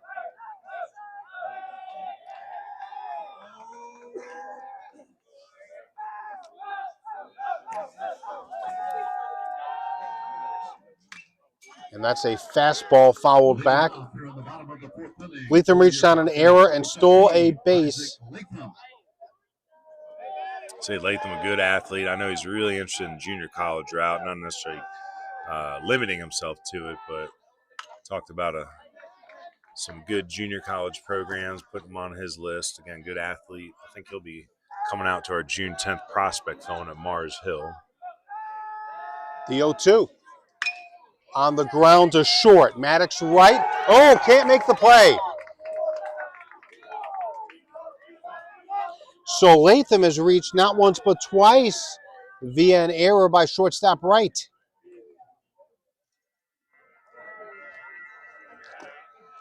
He's a leadoff base runner for Grayson Davis. Davis hit a BB back to Wester to end the second inning.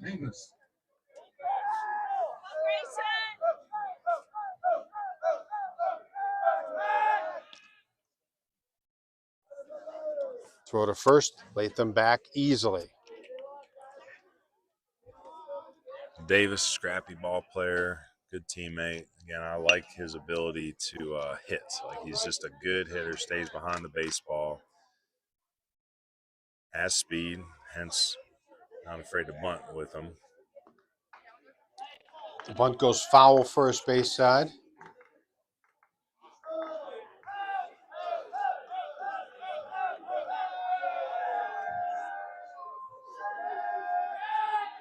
Ooh. Another throw there. They set a record for most pickoff attempts in the game today. What's the rule in MLB? 3, and then the third one, if you don't get them, No, they get third one, it's basically a balk, and you Interesting. move everybody over. Ooh, good location there. I don't know. Some of these new rules are interesting. You like that rule? 2 throws over? I don't know. I don't have a choice. They brought ABS. ABS is becoming like a game within the game. You know, it's interesting. I don't know. I think it's killing jobs, though. All the rule changes are killing jobs. Meaning, like the loogie's gone. The left 1 out guy. Ooh, a foul tip held onto by like Steve Klein back in the day. He'd bring in Jesse Orozco. He'd bring in somebody just to get 1 out. That job died. Yeah, because now you have to, in the face majors 3. and the minors, you have to face at least 3 hitters. Yep. If you come in. Unless you're ending an inning, I think, right? That was on a broadcast the other day. I was questioning. Interesting. Throw to first.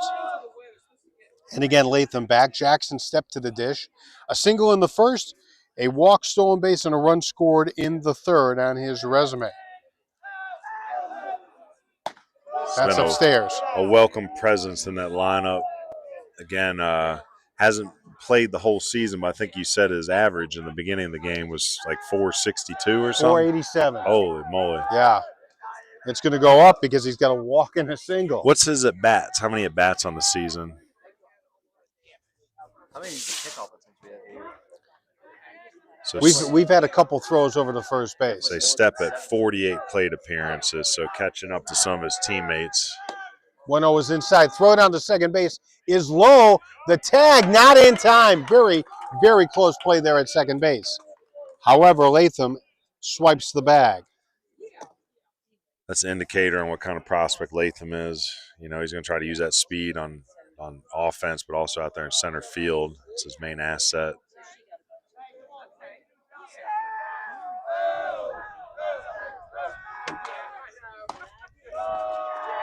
It's a little bit upstairs.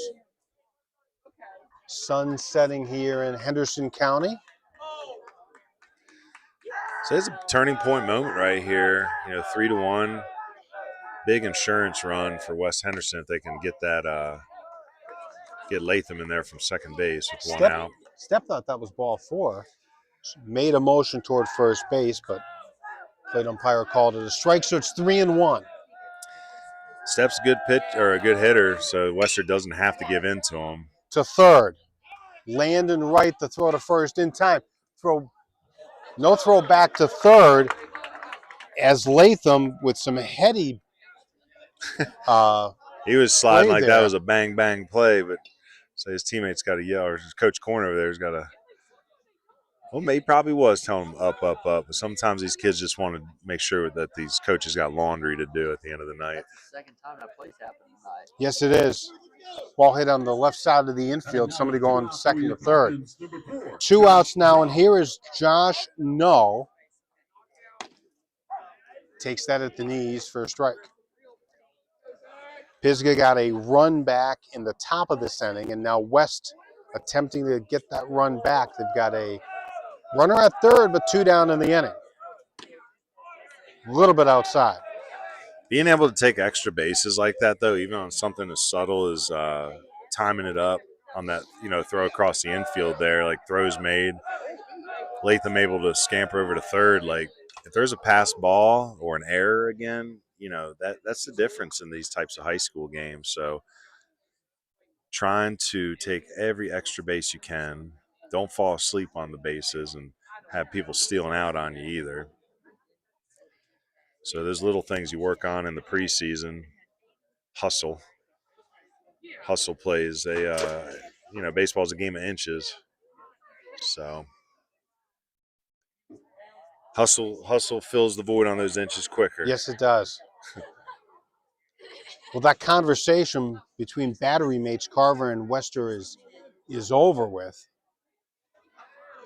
2 strikes on the hitter, No.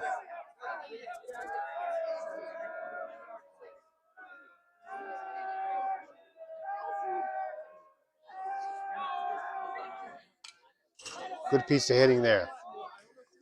Still 1-2. Null's definitely overmatched here, but again, it's like that doesn't mean you're going to lose the AB. And I think that's hard for high school players to consider sometimes when they're facing a high eights arm like Wester. Just because you're overmatched doesn't mean you can't find a way to be pesky here. So if you're Null, you try to widen up, choke up, and just try to put a barrel down to it, shoot it through the right side. And again, with Pisgah making a couple of errors tonight, they can just put the ball in play sometimes and see what happens. In high school baseball, you put the ball on the ground, someone's got to catch it, then they got to throw it, and then somebody else has got to catch it. That's 3 ways for a high school team to make a mistake. That works at every level. Yep. Again, the 2-2. Chopper off the plate. This is a tough play. Fielded by third baseman right. The throw to first is not in time. A run will score. Latham is in. And indeed, West Henderson gets that run back. Infield single by No. Give him an RBI. And it's 4-1 West. Well, my point's proven. There you go. It's high school baseball. You just put the ball in play sometimes. Good things can happen. Again, Zach Wester not pitching a terrible game here. It's just little things. Hustle on the bases, running out the infield singles, taking advantage of some errors. Brady Duval takes this pitch a little bit outside for a ball. What you got for a pitch count over there? 78. 78 pitches here. It'll be 79 for Wester. That's a strike.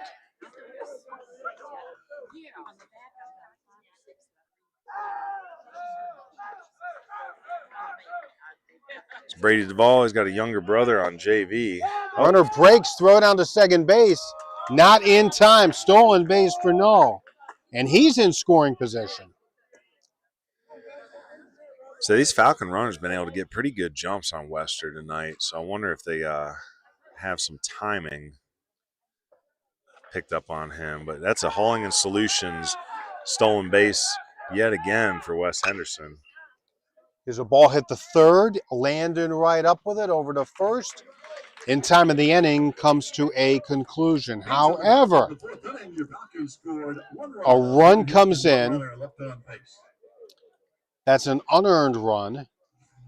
There was one hit, one costly error, and a man left on base. We go to the fifth, 4-1, West Henderson over Pisgah.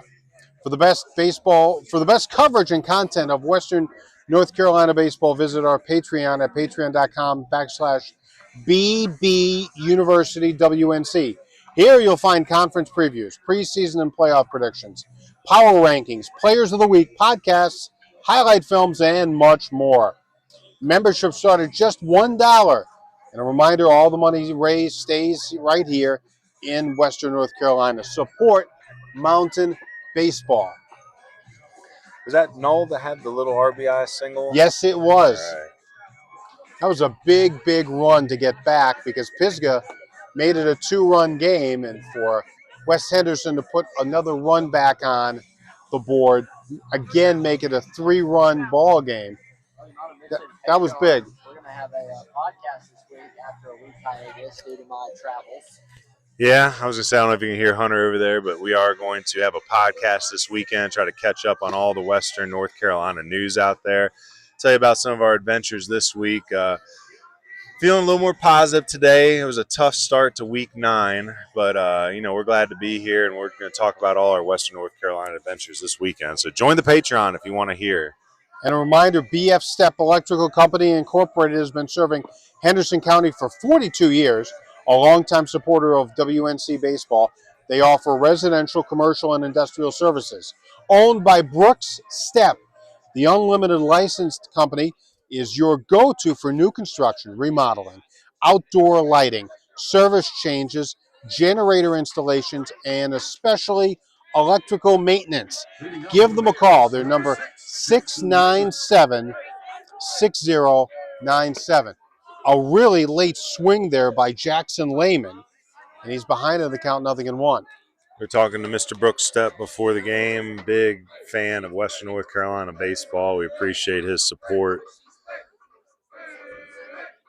Again, want to mention that we're looking for sponsors for the American Legion season. It's going to be a 10-game season or 10-game broadcast for us. We're looking for inning sponsors, in-game sponsors, pre-game, post-game sponsors, and a headline sponsor.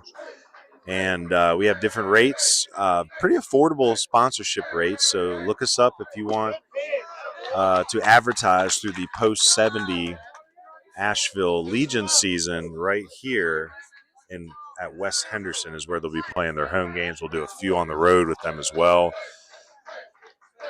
Good investment for the sponsors, I would think, because they have the same audience, That's right. We love our sponsors for the broadcast, but we're in a different town every night, so I understand a lot of our advertisers want consistency, so very consistent audience with that post-70 group.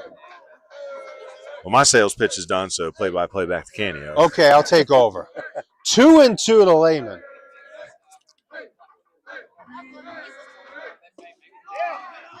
Just a little bit low.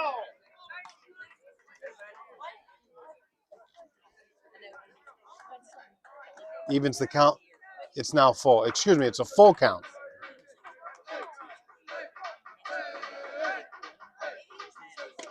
That's on the outside corner. Called strike 3. Lehman down on strikes, did not like that call. I think he had him on both those pitches, though, the one before it as well. We got the call. I'll tell you again, I'm just back to watching Grayson Payne pitch from that high leg kick, moves downhill so fluidly. And again, it's hard to replicate all those movements, but he's doing it. So again, when we see another Pisgah runner reach base, I want you guys to look closely at the difference in just the action, the velocity, and just his comfort at hitting the strike zone. So again, he's playing Legion baseball for us this summer as well. Grayson Payne. Yes, so Brady Duvall, Grayson Payne. It's going to be a good team again. You know, it's going to be hard to get all the way back to Shelby for the World Series, but we're going to try to make a run again.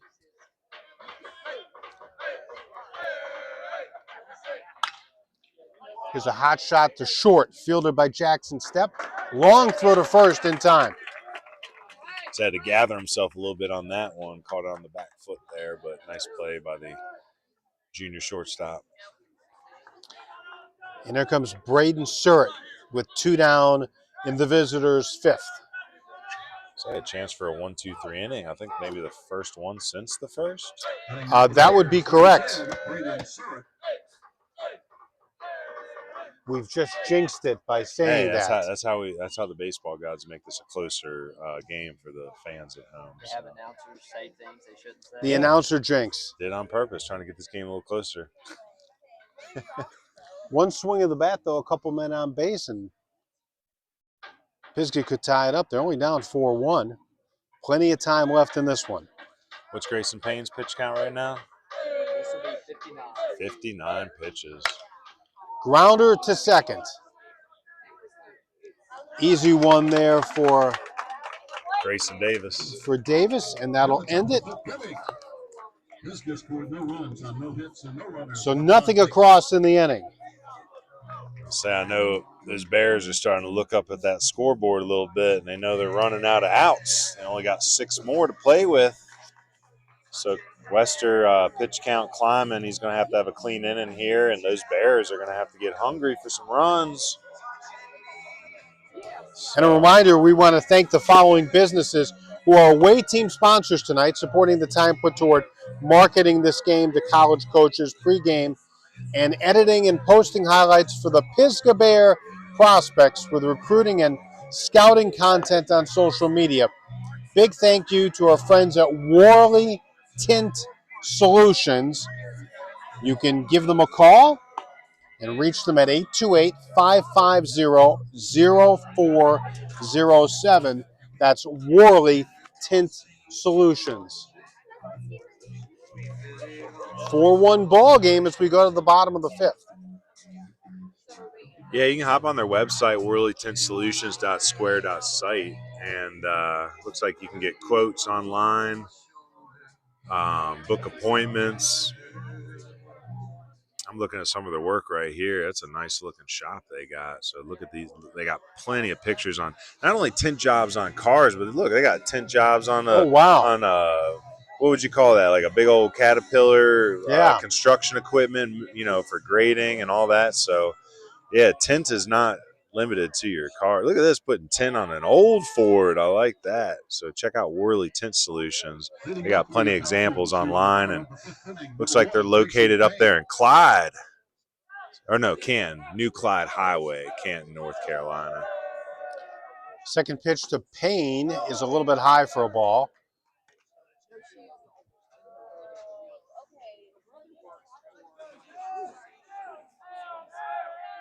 Zach Wester fires. That's low. Well, got the strike call. Yeah. That curveball was so tight that I think it fooled the umpire there with that late break action. So, yeah, got the strike call. The 1-2 is upstairs. It'll be Grayson Payne, Brady Dozier, and then Carson McAllister. Swing and a miss. There's that tight curveball. 4th strikeout for Wester. And again, Zach Wester throwing a pretty good game. I think Canio had mentioned that a few of these runs are unearned. Pisgah out hitting the Falcons tonight, but 2 unearned runs. So I think they make a difference. That was a big part of that Patton High-Brighton game last night. We talked about in our keys to the game yesterday, Patton coming in with some brutal defensive numbers, even though they're a good defensive team. And they were in that game all the way until the 5th, and then the gloves turned iron on them, and that game got away from them quick. So defense still wins championships in high school baseball. Ooh, some high cheese there. Dozier is behind the count, 0-2. He is 1 for 2 on the night with an RBI single back in the 3rd. Say Wester went kind of the quick pitch there. Ball's up.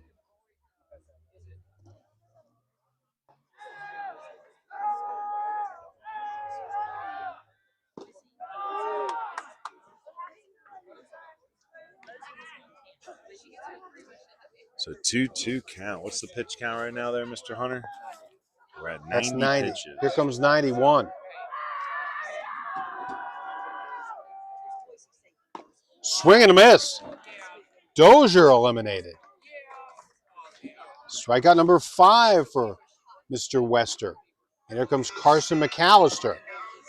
Grounded out to short back in the 2nd, and he got plunked by a pitch in the 3rd.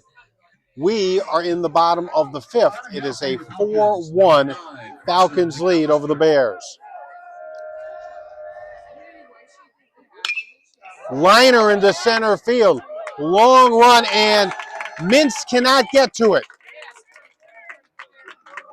And gliding into second base with a 2-out double is Carson McAllister. Man, nice piece of hitting by McAllister there. I believe McAllister is only a sophomore, correct? Yeah, so McAllister, big piece of hitting there off of one of the top arms in the mountains. Got to feel good for the young man. I know he started the season down on JV, but started making a little noise. He's hitting well down there, but when Stepp went down with the injury, McAllister's name came into play a little bit more as a solution to help with the middle infield mix. Looks like he's stuck, and he's been up on varsity and contributed now hitting against a high 8's arm. Griffin Tillery to the plate now.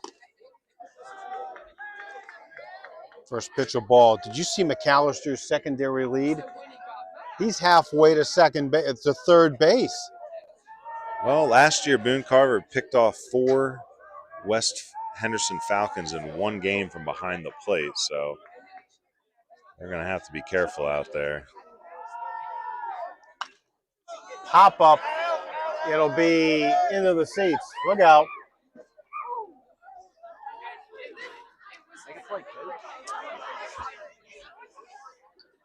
So that landed amongst some of the visiting high school coaches out here. No one could make a play on it. Yeah, and college coaches, a whole bunch of coaches over there. Show them how it's done, coaches. That's right. Somebody's going to make a play. Come on. 1-1. That's low. Man, it's cool to see all these college coaches here tonight, but, man, projection is so hard when you're out here watching 16, 17, 18-year-old baseball players trying to predict what they're going to look like when they're 20, 21, 22, playing for you in college in their adult bodies. And a tapper back to Wester. He'll make the play. 1-3 the putout, and the inning comes to a conclusion. So a hit and a man left on base, nothing else. We go to the 6th, 4-1, West over Pisgah. Stay connected on social media with Baseball University of the Blue Ridge. Like and subscribe on YouTube at youtube.com/@BBUniversityWNC. Like us on Facebook at Baseball University of the Blue Ridge. Follow us on X, formerly Twitter, and Instagram at BBUniversityWNC. Check out our website at BaseballU. That's baseball, the letter U, .org. With Hunter Street and Ryan Cook, I'm Canio Costanzo. Pleased as punch you're joining us tonight from West Henderson High School, where the home team has a 4-1 lead. Got some chatter in the fan box there here for YouTube. It said, let's be honest, Pisgah has 2 aces. And I said, I actually think they got 3 when you count Landon Wright and Maddox Wright. Maddox not getting a ton of innings this year. He's been more in that closer spot. But those 3 pitchers, Wester, Wright, and Wright, I mean, I think that's probably the best top 3 in the mountains. So we may see Maddox Wright tonight, but 4-1 right now. Final pitch count for Wester at the end of that inning. 96, so he may come back out. We'll see. A reminder about our friends at Flooring America. They're at 600 Slater Street in Kings Mountain. They're holding a warehouse sale on April 24th, discounting all overstock flooring. Oh, that is tomorrow. Flooring lots for $1 per square foot. Mix and match flooring, $5 per box. FlooringAmerica.com, and you can reach them, area code 704-739-27564, Flooring America in Kings Mountain. Yeah, we appreciate them. Another late addition to the inning sponsors, but it's a business that noticed what we were doing and wanted to help, and they approached us with that inning sponsor. So we appreciate them. Same with Stepp Electrical, stepping up in the last couple weeks to help us out. Is this Mingus? Or not Mingus, Mintz. Isaiah Mintz, I said I wasn't pitch going to call him Mingus. was a strike, and this one's upstairs. Shameless plug for Stepp Electrical. You know who did these lights? Oh, the lights here at West Henderson were done by Stepp Electrical. Well, there you go, folks. So if you're looking for an electrician, just look at this beautiful lighting setup here. High chopper. Oh, nice bounce for McAllister. Throw to first in time. Well, that was almost a artificial turf bounce. Yes. For the third baseman, McAllister. One down in the inning. So they can't mess that one up. Eye level, softly landing in the leather. However, hats off to McAllister. He's been playing a good third base with Stepp back at shortstop. It looks like this infield's really starting to find its groove. I think the Falcons are trying to move. Yeah, West Henderson, we saw those preseason polls. They got four first place votes. Pisgah got 4 first place votes. I think as far as the tabulation, the camera one just get blasted. I might be able to try to fix that from the other side here in between innings. I'll see what I can do. 0-1 to Boone Carver. That's upstairs. Grayson Payne's pitched well. He's had one inning in which he's given up a run back in the fourth, and that has been it. But he's been, I want to say, in cruise control for most of this game. So he's making a strong case for Camwood Bats player of the game at this rate. We got to start thinking about that. Yeah, I know Jackson Stepp's had a good offensive game. No one's really I don't think there's a multi-RBI batter out there yet. Pop-up. Who wants it? Davis is under it. In fair territory, makes the play. Nice play in the Bermuda Triangle over there by Davis. Again, just around that infield, Davis, Stepp, and McAllister. That's an athletic three there. You know, Dozier over at first base. Here's Landon Wright. But I think, considering the game, Zach Wester getting a lot of hype, one of the bigger arms, Payne coming to the game. He's a CVCC commit. So this is like a battle of aces, right? Payne's winning that battle right now. So I think he's That is hit in the air to left field. But there is Brady Duvall to make the play. And that's a 1-2-3 inning for Grayson Payne. Nothing across, and we go to the bottom of the 6th inning. It is still a 4-1 Falcons lead.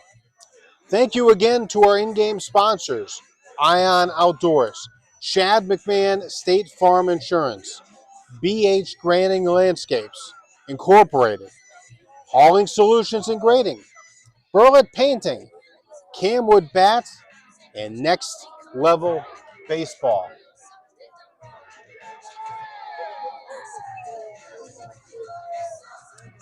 And I believe, do we have a new pitcher on the mound? Let's see here.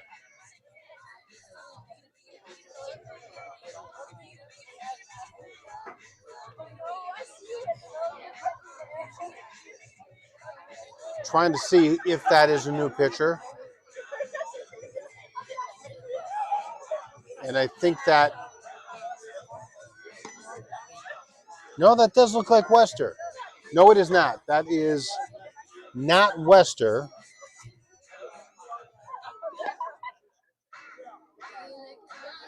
I'll get you that new pitcher's name in a second here.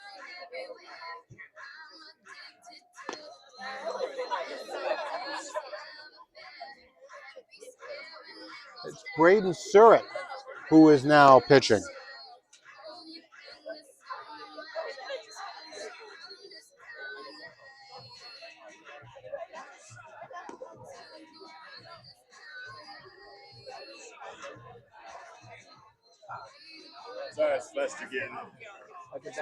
Okay, so Zach Wester's night is over.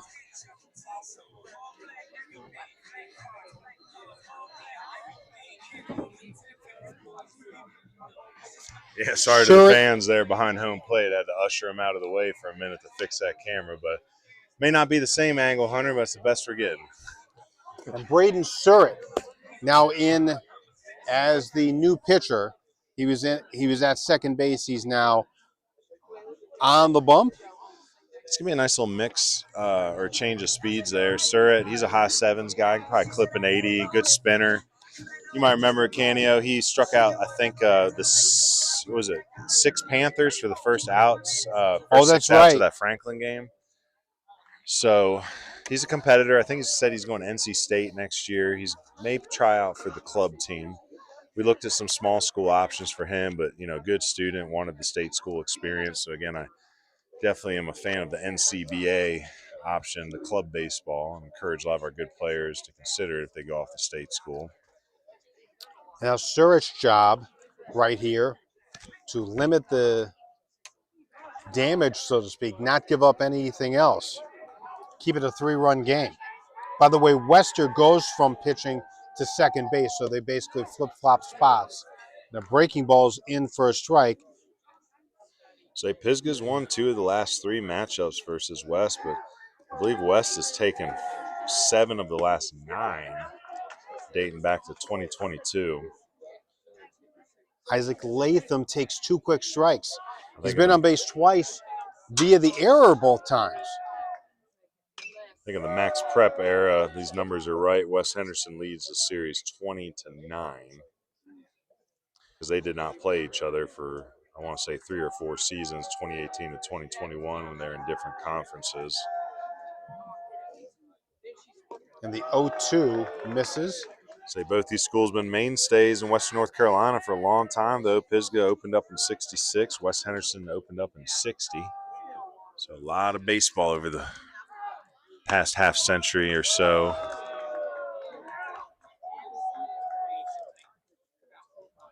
Say West Henderson won that championship in 2023. They have another state championship, though, too. What year was that? As this is skied a mile high, Rigsby. Say that's got to be a play for the second baseman there, trying to motor over, kind of like Grayson Davis did in that last half inning. So another opportunity here for Latham as he gets a second chance. See if he takes advantage of it.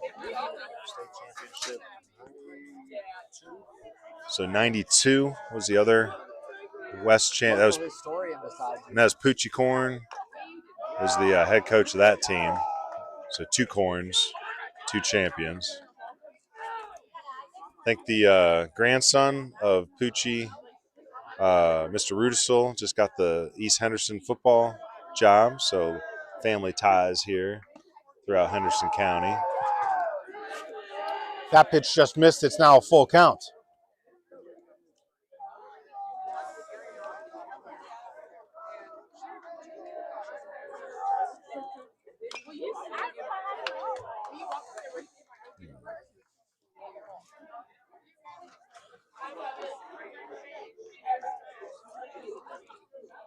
So 4-1 here. We're trying to figure out next level plays of the game and players of the game. We'll discuss this privately here. Here's another pop-up down the right field line. Long run for everybody, and there's no play. So Canio pointed out a key hit from earlier in the game. I like that one. You like that one? We're going to go with that? Because what run did that end up scoring? Run number 3. That's been a big run. Actually, no. Was that run number 2? No, that was. Let's see so here. That was a big run. That was run number 2. Because Dozier knocked in the 3rd, and then the little squibber by Null knocked in the 4th. So, yeah, I dig that, especially if this is, still a lot of ball game left. This is what we ran into up at Pisgah versus Tuscola. We thought we had everything planned out. No hitter going in the final inning, and then the baseball gods threw a wrench in the gears. Oh, where did that miss? Might have been outside. Had to be outside. So Pisgah did not like that. Heading now for your Falcons, number 7, Grayson Davis. It's Grayson Davis, he's second baseman, came over and made that nice play in the Bermuda Triangle last half inning, just like you're supposed to, how you teach it in practice. Ooh. Here's a snap throw back to first, and Latham back safely as Davis showed bunt, trying to get an insurance run here, make it a 4-run ball game. Nice job by Carver there. You know, you're kind of taught as a catcher, if that hitter bunts through the pitch, you just pop up and look to snag that runner at first.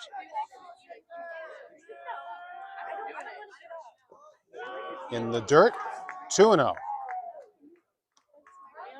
Again, West looking for those Chad McMahon State Farm insurance runs. Again, we want to thank Chad. He's been a sponsor of our broadcast for, I think, off and on now for 3 years, even in the beginning in the iPad days. And that misses away. Now it's 3-0.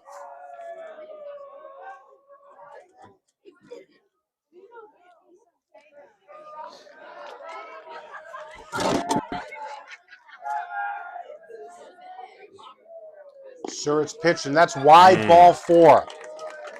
Back-to-back walks. So not the way you want to start that inning. Again, it looked like he may have had a close one on that 3-2 pitch earlier to Latham. Yeah. But it don't matter now. It's back-to-back walks, and Jackson Stepp, who's the dangerous Jackson Stepp, comes might to be play. West Henderson's hottest hitter based on these stat lines we're looking at. You gonna bunt him right here? No. You want him swinging away? I do. And again, there is a time to bunt. I don't think it is right now. You're up 3 runs. He's one of the best hitters on the team. He's good line today too, right? First pitch of ball. Look at that. They tried the bunt. By the way, speaking of lines, Wester's line, 5 innings, 5 hits, 4 runs, 2 earned, a walk and 5 strikeouts. He hit 2 batters and threw a wild pitch. Here's the bunt. It's a good one. It'll be fielded by the pitcher, who will throw to first. Good hustle. In time. I don't hate it, but I ain't bunting him there. Again, there's times to bunt him. He can bunt. He is a spark plug. I just think, what was his line? That's a sack bunt, so don't count against him. Was he 1 for 1 with a walk, a sack, and a 1 for 2? Okay. So runners on second and third now for Null. That's correct. Josh Null comes to the dish, and the infield comes in. He'll afford to bring in another run. Now that I don't coach anymore, it's easy to armchair quarterback, but I still think I'm swinging them there. But we'll see. Coach Korn may have me looking like a dummy here if Noel ends up getting a base hit and pushing 2 more across. So it's never a bad choice to bunt.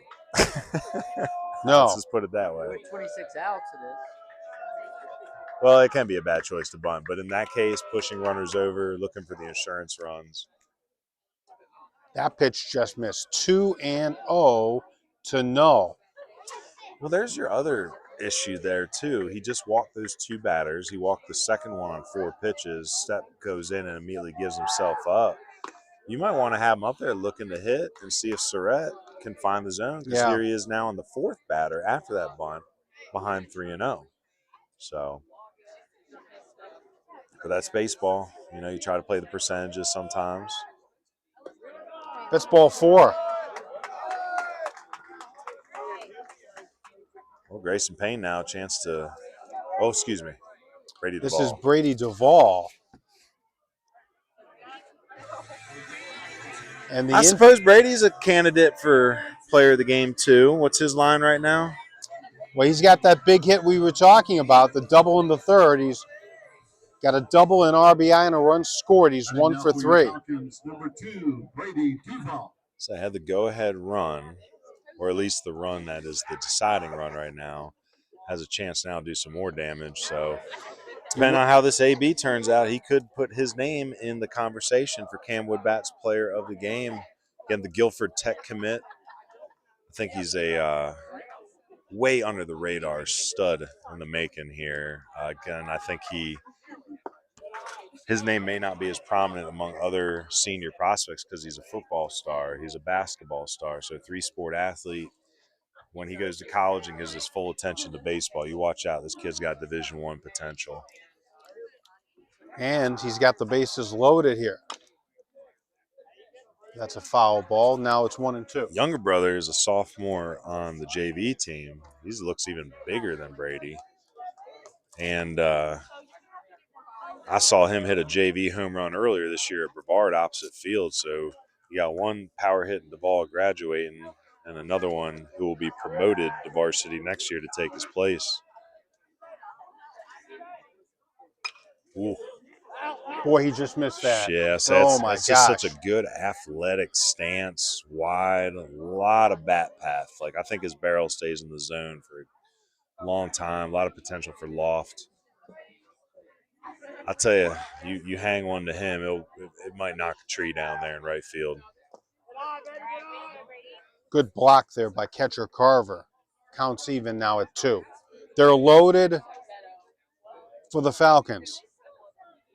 Leading 4-1. We're playing the bottom of the 6th, trying to tack on a few more runs here. That is a hot shot into right field. That's a base hit. Scoring on the play is Latham. Throw to the plate, not in time as Davis scores. Some big Chad McMahon insurance runs right there. So ball been coming off his bat like lightning today. Brady Duvall with 3 RBIs now in the game. He is and 2 for 4. Firmly in the conversation now. Here's Coach Shepard coming out to speak with Surratt. And I think we're going to get wonder if we're going to get a pitching change here. Either way, it's an Ion Outdoors pitching mound visit. Again, all mound visits brought to you by Ion Outdoors for your pools, backyard patios, pergolas, grayscaping. So if you have a backyard dream, Ion Outdoors can try to help you make it come true. What's your line on Grayson Payne so far? Say we got to start figuring out some of our top statistical leaders. I think offensively, it's clear that Brady Duvall is our top offensive leader. He's given up 1 run. Let's see here, 5 hits. So 6 innings, 5 hits, 1 run, an earned run, a walk, 2 strikeouts. Okay.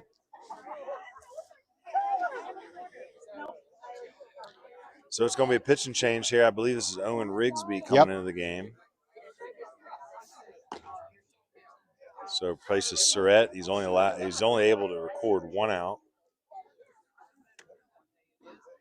So I'm sure Canio can try to give you the line on him here in a minute. It's a tough one because he's still got 2 or 3. I think he's got 2 runners on base that are still allotted to Surratt.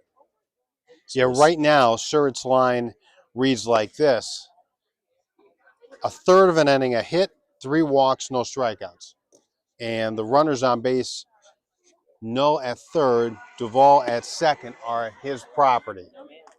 As Rigsby takes his warm-up pitches.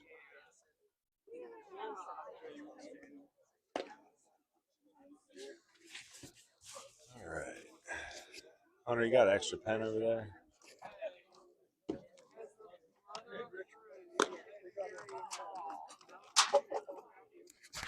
All right. Got to start thinking ahead for player of the game. Jackson Stepp 1 for 2 with the run and a walk. Yeah, Duvall's got 3 RBIs. 3 RBIs. 3 of the 6 runs scored, Duvall drove in. And the inning not over, here is Payne.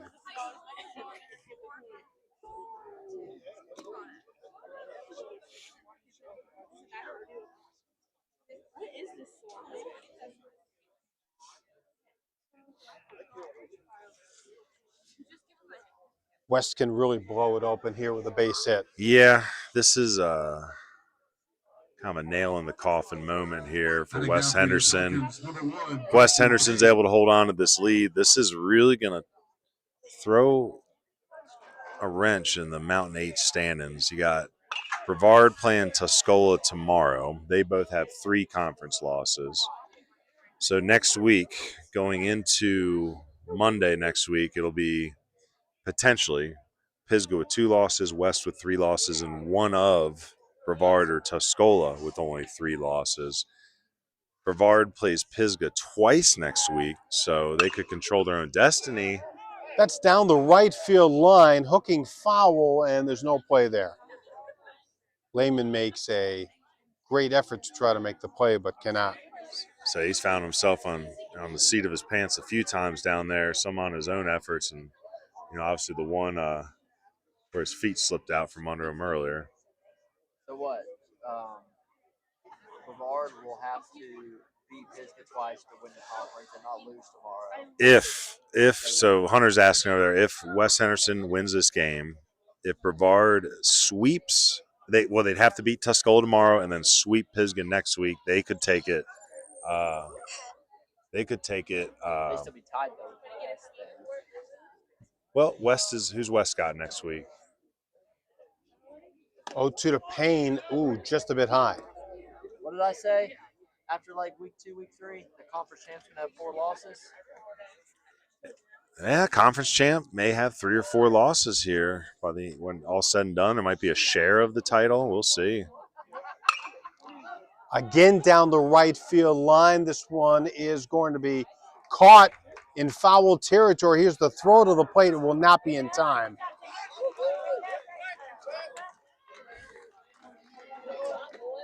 Another Chad McMahon insurance run, this time coming from Grayson Payne.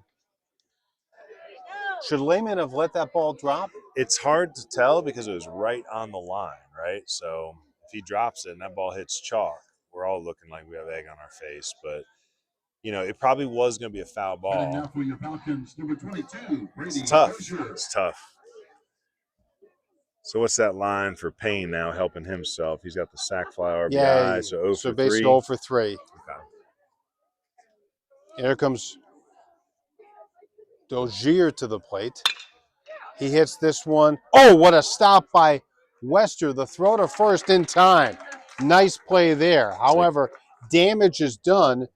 3 come across in the inning on, let's see here, 1 on 1 hit, no errors, and a man left on base. Last chance for Pisgah, they lead 7-1. West Henderson leads 7-1. Oh, wait, give me that back real quick. Sorry. We're still discussing who the player of the game is. There's some behind-the-scenes discussions that are going on right now.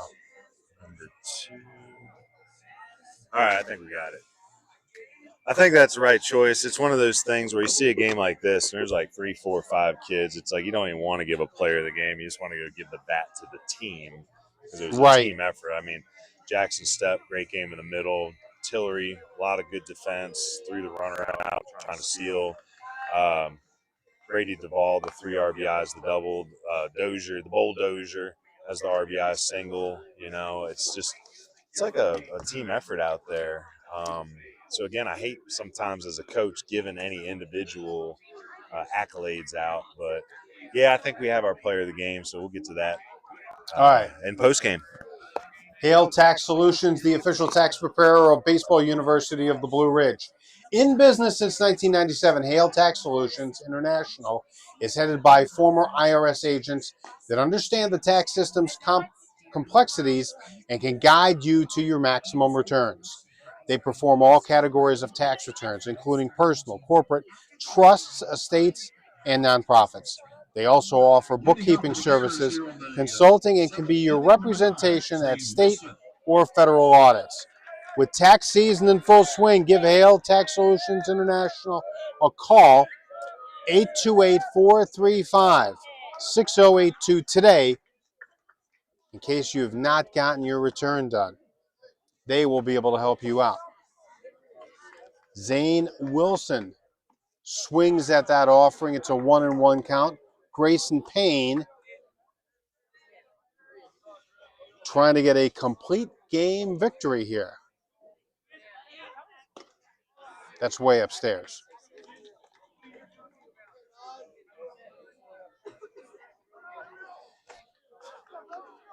Well, Grayson Payne, I told you, they give them all 105 pitches to try to win this game, and came into the inning with how many pitches there? What's Payne on? How many pitches? Do you know? 71. Woo! So great job by Payne to limit the pitches today. A lot of efficiency. And Wilson's retired. That's the first out. Here in the 7th. Running now for the Bears, number 5, Zach Wester. And here's Wester. He was the starting pitcher, now playing at second base. Wester 0 for 2 with a couple fielder's choices. A little bit low and away for a ball.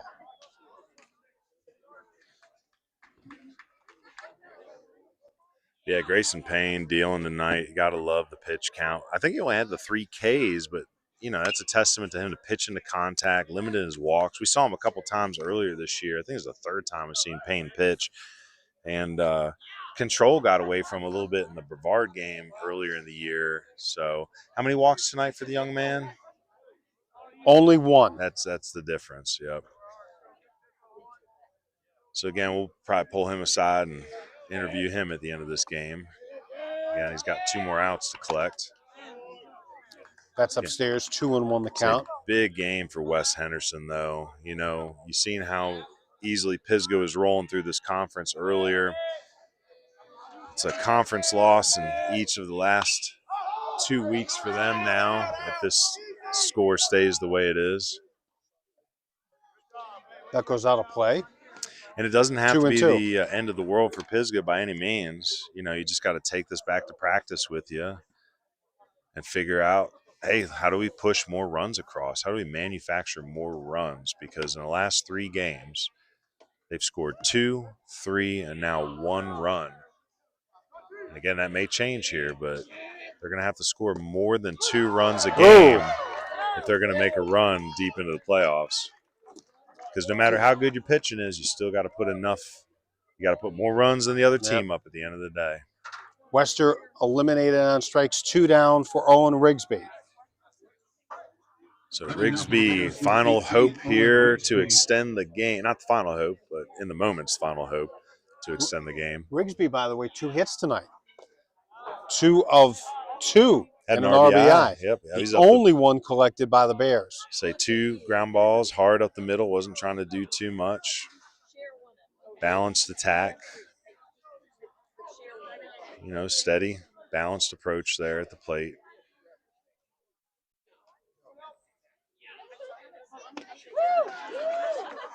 One and one.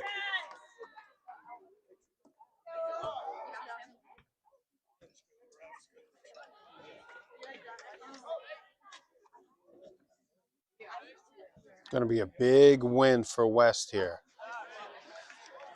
Yep. So West Henderson would improve to what, 8-3? 8-3, 12-8. If the score holds up. Yep. 9-2 is what Pisgah would fall to. I believe that's 11-2 on the season, or no, 11-3. 13-3. 13-3. So they will fall to 13-3. And Pisgah's down to their final strike. Grayson Payne has brought the pain all night. Painful evening for those Pisgah hitters, and he's going to 2-2. That is roped down the left field line. It is a fair ball. It's a big game for Rigsby. 3 hits. Rigsby into second base. He's got himself a stand-up double.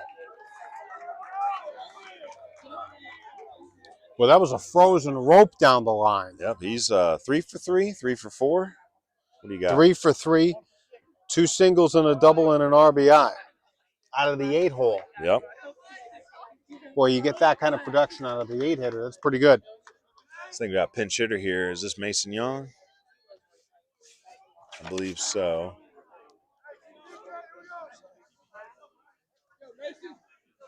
Indeed, it is Mason Young. All right, so Mason Young, we talked a little bit about him in the pregame shows, one of the juniors to watch.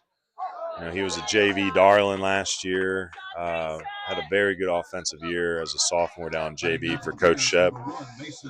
He's been in and out of the lineup this year, playing that 10th man role. It can be a tough one to embrace sometimes, but, you know, you look for opportunities like this. Late in the game, down 7-1, but if you have an all-star AB, a good approach, you're able to execute like some of your teammates were unable to. It stays in your coach's head, you know. So it's like that Tom Brady philosophy. If you get a couple snaps, you got to treat it like it's the Super Bowl. Mason will take on a much bigger role in his senior year. Started playing baseball again in 7th grade, I believe. So best tool for him right now is his stick. Aggressive hitter. Still learning some of the nuances of the outfield and whatnot, but good athlete looking to play at the next level. And he's got a 2-1 count on him. Liner down the right field line, hooking foul. A little behind on that swing. So 2-2. Again, down to their final strike are the Bears. And this is something where, you know, fresh off the bench, 2-2. I go one of two places. I either go to my high heat, write the letters, or I bury one in the dirt. And I just, you know, I'm kind of banking on the fact that you're fresh off the bench. You ain't been seeing my fastball or my curveball all night, so I'm either going to light that curveball up high or bury that curveball low. 2-2 pop-up. Say shallow right. No. Squeezes it. And West with the win. Went to the curveball, stayed in the middle of the zone, but pop fly, can of corn ends it 7-1. So 6 hits each for the Bears and the Falcons, but those hits don't matter at the end of the day. It's the runs. So 7-1, and it's going to be an interesting, not only final week of the season, but we have baseball on Friday too.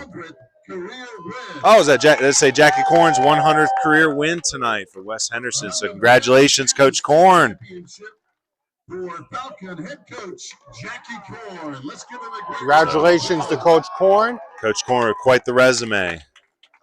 So already 100 wins, a state championship on his resume. So Canio's going to give you some totals here. Hunter's going to let you know when the next level play of the game is ready, and we'll get ready for that player of the game announcement as well. Well, let's give you a recap of the scoring. And it started in the bottom of the 2nd inning. With 2 down, that's when Zach Wester got into a little bit of trouble. He hit Griffin Tillery, and then Tillery made it to 2nd on a wild pitch, stole 3rd, and with 2 down, Isaac Latham hit a ground ball to short. Maddox Wright could not make the play, and scoring on the play was Tillery. Actually, it was Cam Gilbert, who was the speed-up runner, made it 1-0. In the 3rd, it was 3-0. Jackson Stepp would walk, stole 2nd, scored on a Brady Duvall double to make it 2-0. And then later in the inning, Dozier came up again. He singled home. Duvall was 3-0. The only run of the game for Pisgah, that occurred in the 4th inning. When Landon Wright walked, Zane Wilson singled, Zach Wester hit into a fielder's choice, and then Owen Rigsby, who had 3 hits, by the way, for Pisgah, the Bears' first baseman, would single home right, made it a 3-1 ball game, but the rest of the scoring belonged to the home team. The Falcons would get 1 in the 4th. Latham would reach on an error, stole 2nd, and Josh Noe would bring him home with an RBI. It was a 4-1 game, and then to end it, 3 in the 6th inning. The big hit was a Brady Duvall single that scored 2. Grayson Payne with a sacrifice fly RBI to right field, and that would score no. And that would be your final, as West gets the victory by a score of, let's see, 1, 2, 3, 4, 5, 6, 7-1. Next Level Baseball is proud to bring you the Next Level Play of the Game, the only showcase organization in WNC endorsed by Baseball University of the Blue Ridge. Coach Rick DeArmas does a great job developing culture and creating player development opportunities for youth players of all ages. Now, here is your Next Level Play of the game. Well, Brady Duvall had a heck of an afternoon, evening, and this was a RBI double that pushed the second run across for West Henderson, and those Falcons never looked back. So, again, Brady Duvall, big left-handed slugger. He's committed to Guilford Tech, and I'll tell you, he's got over-the-fence power earlier in the game. Was hitting nukes to right field foul over and over again until he just barreled one up. So I know Coach Wharton, who's Guilford Tech coach, has got to be happy to see his production. So he was 2 for 4 in the evening. Had that hard double and the hard single. They seemed like they were off that bat about 100 miles per hour. But got to love Coach Korn sending those runners around. He's like, get those runners in. I got a 100th game to win tonight. But there's that final angle. Again, you can just see the speed, the good bat path of Duvall, and that hard double. I mean, that flew over that right fielder's head. It didn't even get off the ground that much, but that just shows you Brady Duvall is one of the premier power left-handed bats coming out of the mountains. And Brady's going to be our player of the game this evening as well. It was a tough choice. There's some good players tonight. Great effort by Grayson Payne going the distance, but just those big hits, knocking in 3 RBIs, Brady Duvall. So, again, he's going to be our Cam Wood Bats player of the game. And I'm going to go find Brady and a few other players to interview, and I'll let Hunter and Canio call you out. And we want to thank the following businesses. They are home team sponsors tonight, supporting the time put toward marketing this game to college coaches pregame and editing and posting highlights for the West Henderson Falcon prospects with recruiting and scouting content on social media. Farm Bureau Insurance, our good friend Wallace Davis, who is here tonight, 325 Fanning Fields Road. If you need Wallace, you need insurance, whether it's life, home, auto, you give him a call at 828-684-6363.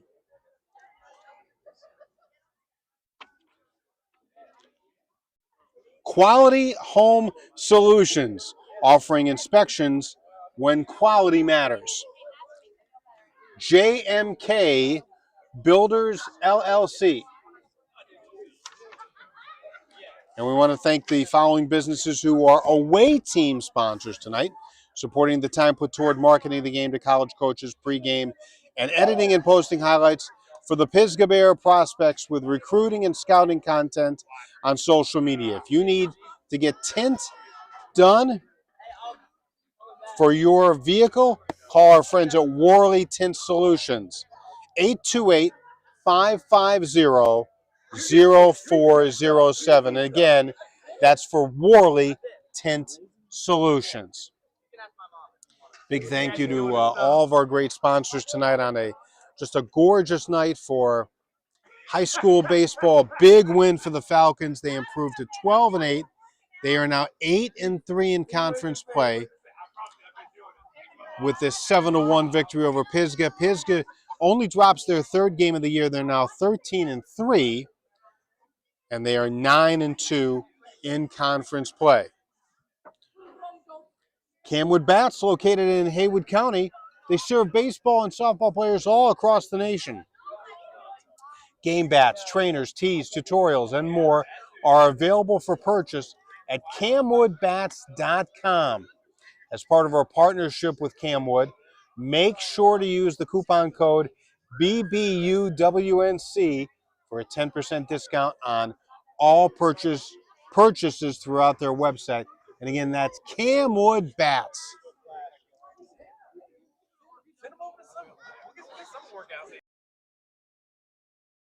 With an impressive win tonight. Mason Harrell's like, what questions you asked me? I'm like, I don't know. So just off the dome. it is, man. Like I like it that way. Are we good? We're ready? All right. So we got Grayson Payne, Jackson Stepp, and Brady Duvall here. These 3 top performers tonight. This was awesome. So I got Grayson first. Grayson, been watching you pitch for a while. Yes, sir. Man, you move so well. I love the high leg kick. So reminiscent of a great Oriole. I like Jim Palmer back in the day. I don't know if you know that. Oh, name. yes, sir. Yes, sir. Okay, so coming into the game, what's Jackie Korn, Coach Korn, telling you guys to get amped up for this? Because again, this is a big game. This is a big game. Let's just put it that it's way. a huge game. But first, biggest thing is we got to take care of ourselves. We got to worry about ourselves, and that was probably the biggest thing he said to get us hyped up. Is we just got to take care of ourselves. We can't worry about what they're doing over there. But that was probably the biggest thing he said to do. I'll tell you what I liked the most about this game. Saw you pitch 3 times this year. Crest game was great. Both pitchers on both sides. Second game, Brevard, control got away. Yeah. How many walks tonight? One. Just the one, right? Yep. How'd you find that control? When did you know you were in the zone? And is it when you know you're locating? To describe that feeling of pitching. Well, whenever I know I'm locating, I know I'm in the zone. I get the ball back really quick, and I'm just at it. I know when I'm in the zone is whenever my curveball and fastball are both hitting, and they're both, I can spot it very well.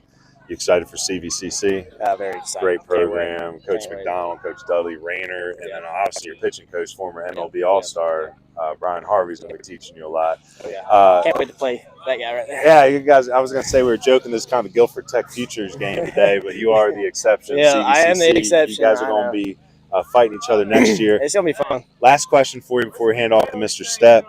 How nice is it having him back in the middle of the field? Oh, God, it's so nice. Oh, it's so nice. It's a little bit of a confidence back there. And it's nice to know that the infield is now complete. Oh, yeah, and you guys look good right now. So switch spots for a minute. Give him the mic. Don't go anywhere because, like I said, there's a group get-together. Welcome back, buddy. I know you've been back for a minute, but – you know, I was sad for you in the beginning of the year. Yes, sir. You love baseball just as much as anybody in these mountains. So just describe that love of the game and your love of being in the middle of a huge conference matchup like this. Yes, sir. I mean, I've just ever since my dad introduced me to the game when I was 3 years old, I've loved it ever since then. I love the atmosphere. I love the game, man. It's awesome to come out here in front of these people and play every night. And I've been playing with these guys since I was 7, 8 years old, so it's great to know that we could have a deep run in the playoffs with these guys, and I'm just really looking forward to that. You guys are clicking on all cylinders right now. Zach Wester, heck of a pitcher. I mean, I think we can all agree that Zach is a great pitcher. He's very good. You get up there first at bat of the game, boom, right? So how's that feel, barreling up an 88 and 89 mile per hour fastball? It felt great. You know, I was just approach. I didn't want to hit anything off speed early in the count. I was just looking dead red fastball, and he missed inside with the first one, then came back with one right down the middle, and it was I'd visualized hitting that pitch before and was just ready for it. Did y'all know Coach Corn going for his 100th game tonight? It was awesome. Okay, yes, sir. Oh, yeah, we knew. We already signed the baseball and everything. I'm figuring Coach Corn probably wasn't hyping it up much, though. No, he was. I mean, he just wanted to win tonight. He wasn't saying it's a 100th win. He was just, let's go win tonight. Let's beat these guys. I think that's probably what he's taking home tonight is like, we beat Pisgah. We're back in this race. Absolutely. Well, a lot of things got to happen next week, but yes, I'm sure you guys are going to be watching those scores closely. Oh, yeah. You guys got 2 games against Franklin. North tomorrow and Franklin twice next week. Can't take them lightly. Right. Probably absolutely. seeing Peyton Maben tomorrow. Definitely. What's the plan here? Is again, without giving too much away, but like, you know, what's Coach Corn's motivation right now? Maybe he's trying to figure out the next speech after this game. But like, what did he say in the breakdown circle tonight that's really standing out with you right now? I think the biggest thing was just he said big win. He congratulated us on a big win tonight. He was like, but we can't come into tomorrow being like we beat Pisgah. He was like, it's a big game tomorrow. You're seeing another good arm. He was like, we got to take it still one game at a time until playoffs come. And he said, you treat every game like a playoff game from here on out. So, and you're right with Maben. He's going to USC Union. Yes, so sir. all you boys are going to be playing. You guys are going to be playing each other for the next couple of years on that circuit. So, all right. Well, hey, hand that mic over to the player of the game here. Here's your Camwood Bats player of the game, trophy bat. Don't let them barrel it up because it will blow up. Brady, you're hitting well. Yes, I was kind of saying earlier in the broadcast, I don't even really thought you heated up yet. You know, good barrel path tonight. You're peppering the right field foul territory in your first AB. Yeah. How'd you get in sync? How'd you make the adjustment, especially on a tough pitcher like Wester? I knew he was going to go out there. I knew I wasn't going to see that many heaters. And the first at bat, I saw heater second pitch. And after that, nothing but straight curveball and changeup. And that just helped me get my timing down for that next at bat. When he kept doing the same thing, it just helped me get my timing better and stay on it.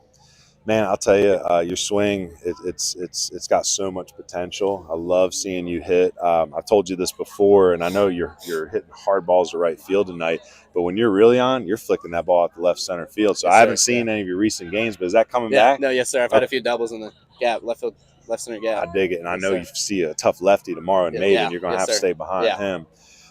This lineup looks a lot different right now. Obviously having Jackson back helps, but I mean, you are the big bat in this lineup. Do you feel that responsibility each day to be, hey, I got to get in here and make some loud swings? I feel like I need to go in there and do something good, but having Jackson back really helps me take a little pressure off me and know someone else is there to help me with it. Yep. And our whole lineup right now, we're hot. I was going to say Grayson Davis, Grayson Payne. Josh Everyone right now is hitting it really well. I like the McAllister kid. Yeah, no, he's coming up and doing a big role. Latham. So, I mean, speed is kind of the game right now. You get your speed on, let the big boys swing a little bit. So, well, hey, look, we're going to be watching very closely in the last week. It's been so much fun, and I'm excited that you two are playing Legion with us. Maybe you can talk your boy in here and joining us. But I'll tell you what. What's up? Oh, yeah. Go get on your coach. Thank you, sir. Go celebrate 100 wins. Like I said, don't swing that bat in the cages. Have going. All right. Well, hand it back to Hunter here. Didn't mean to hold up the celebration on Jackie Corn's 100th win.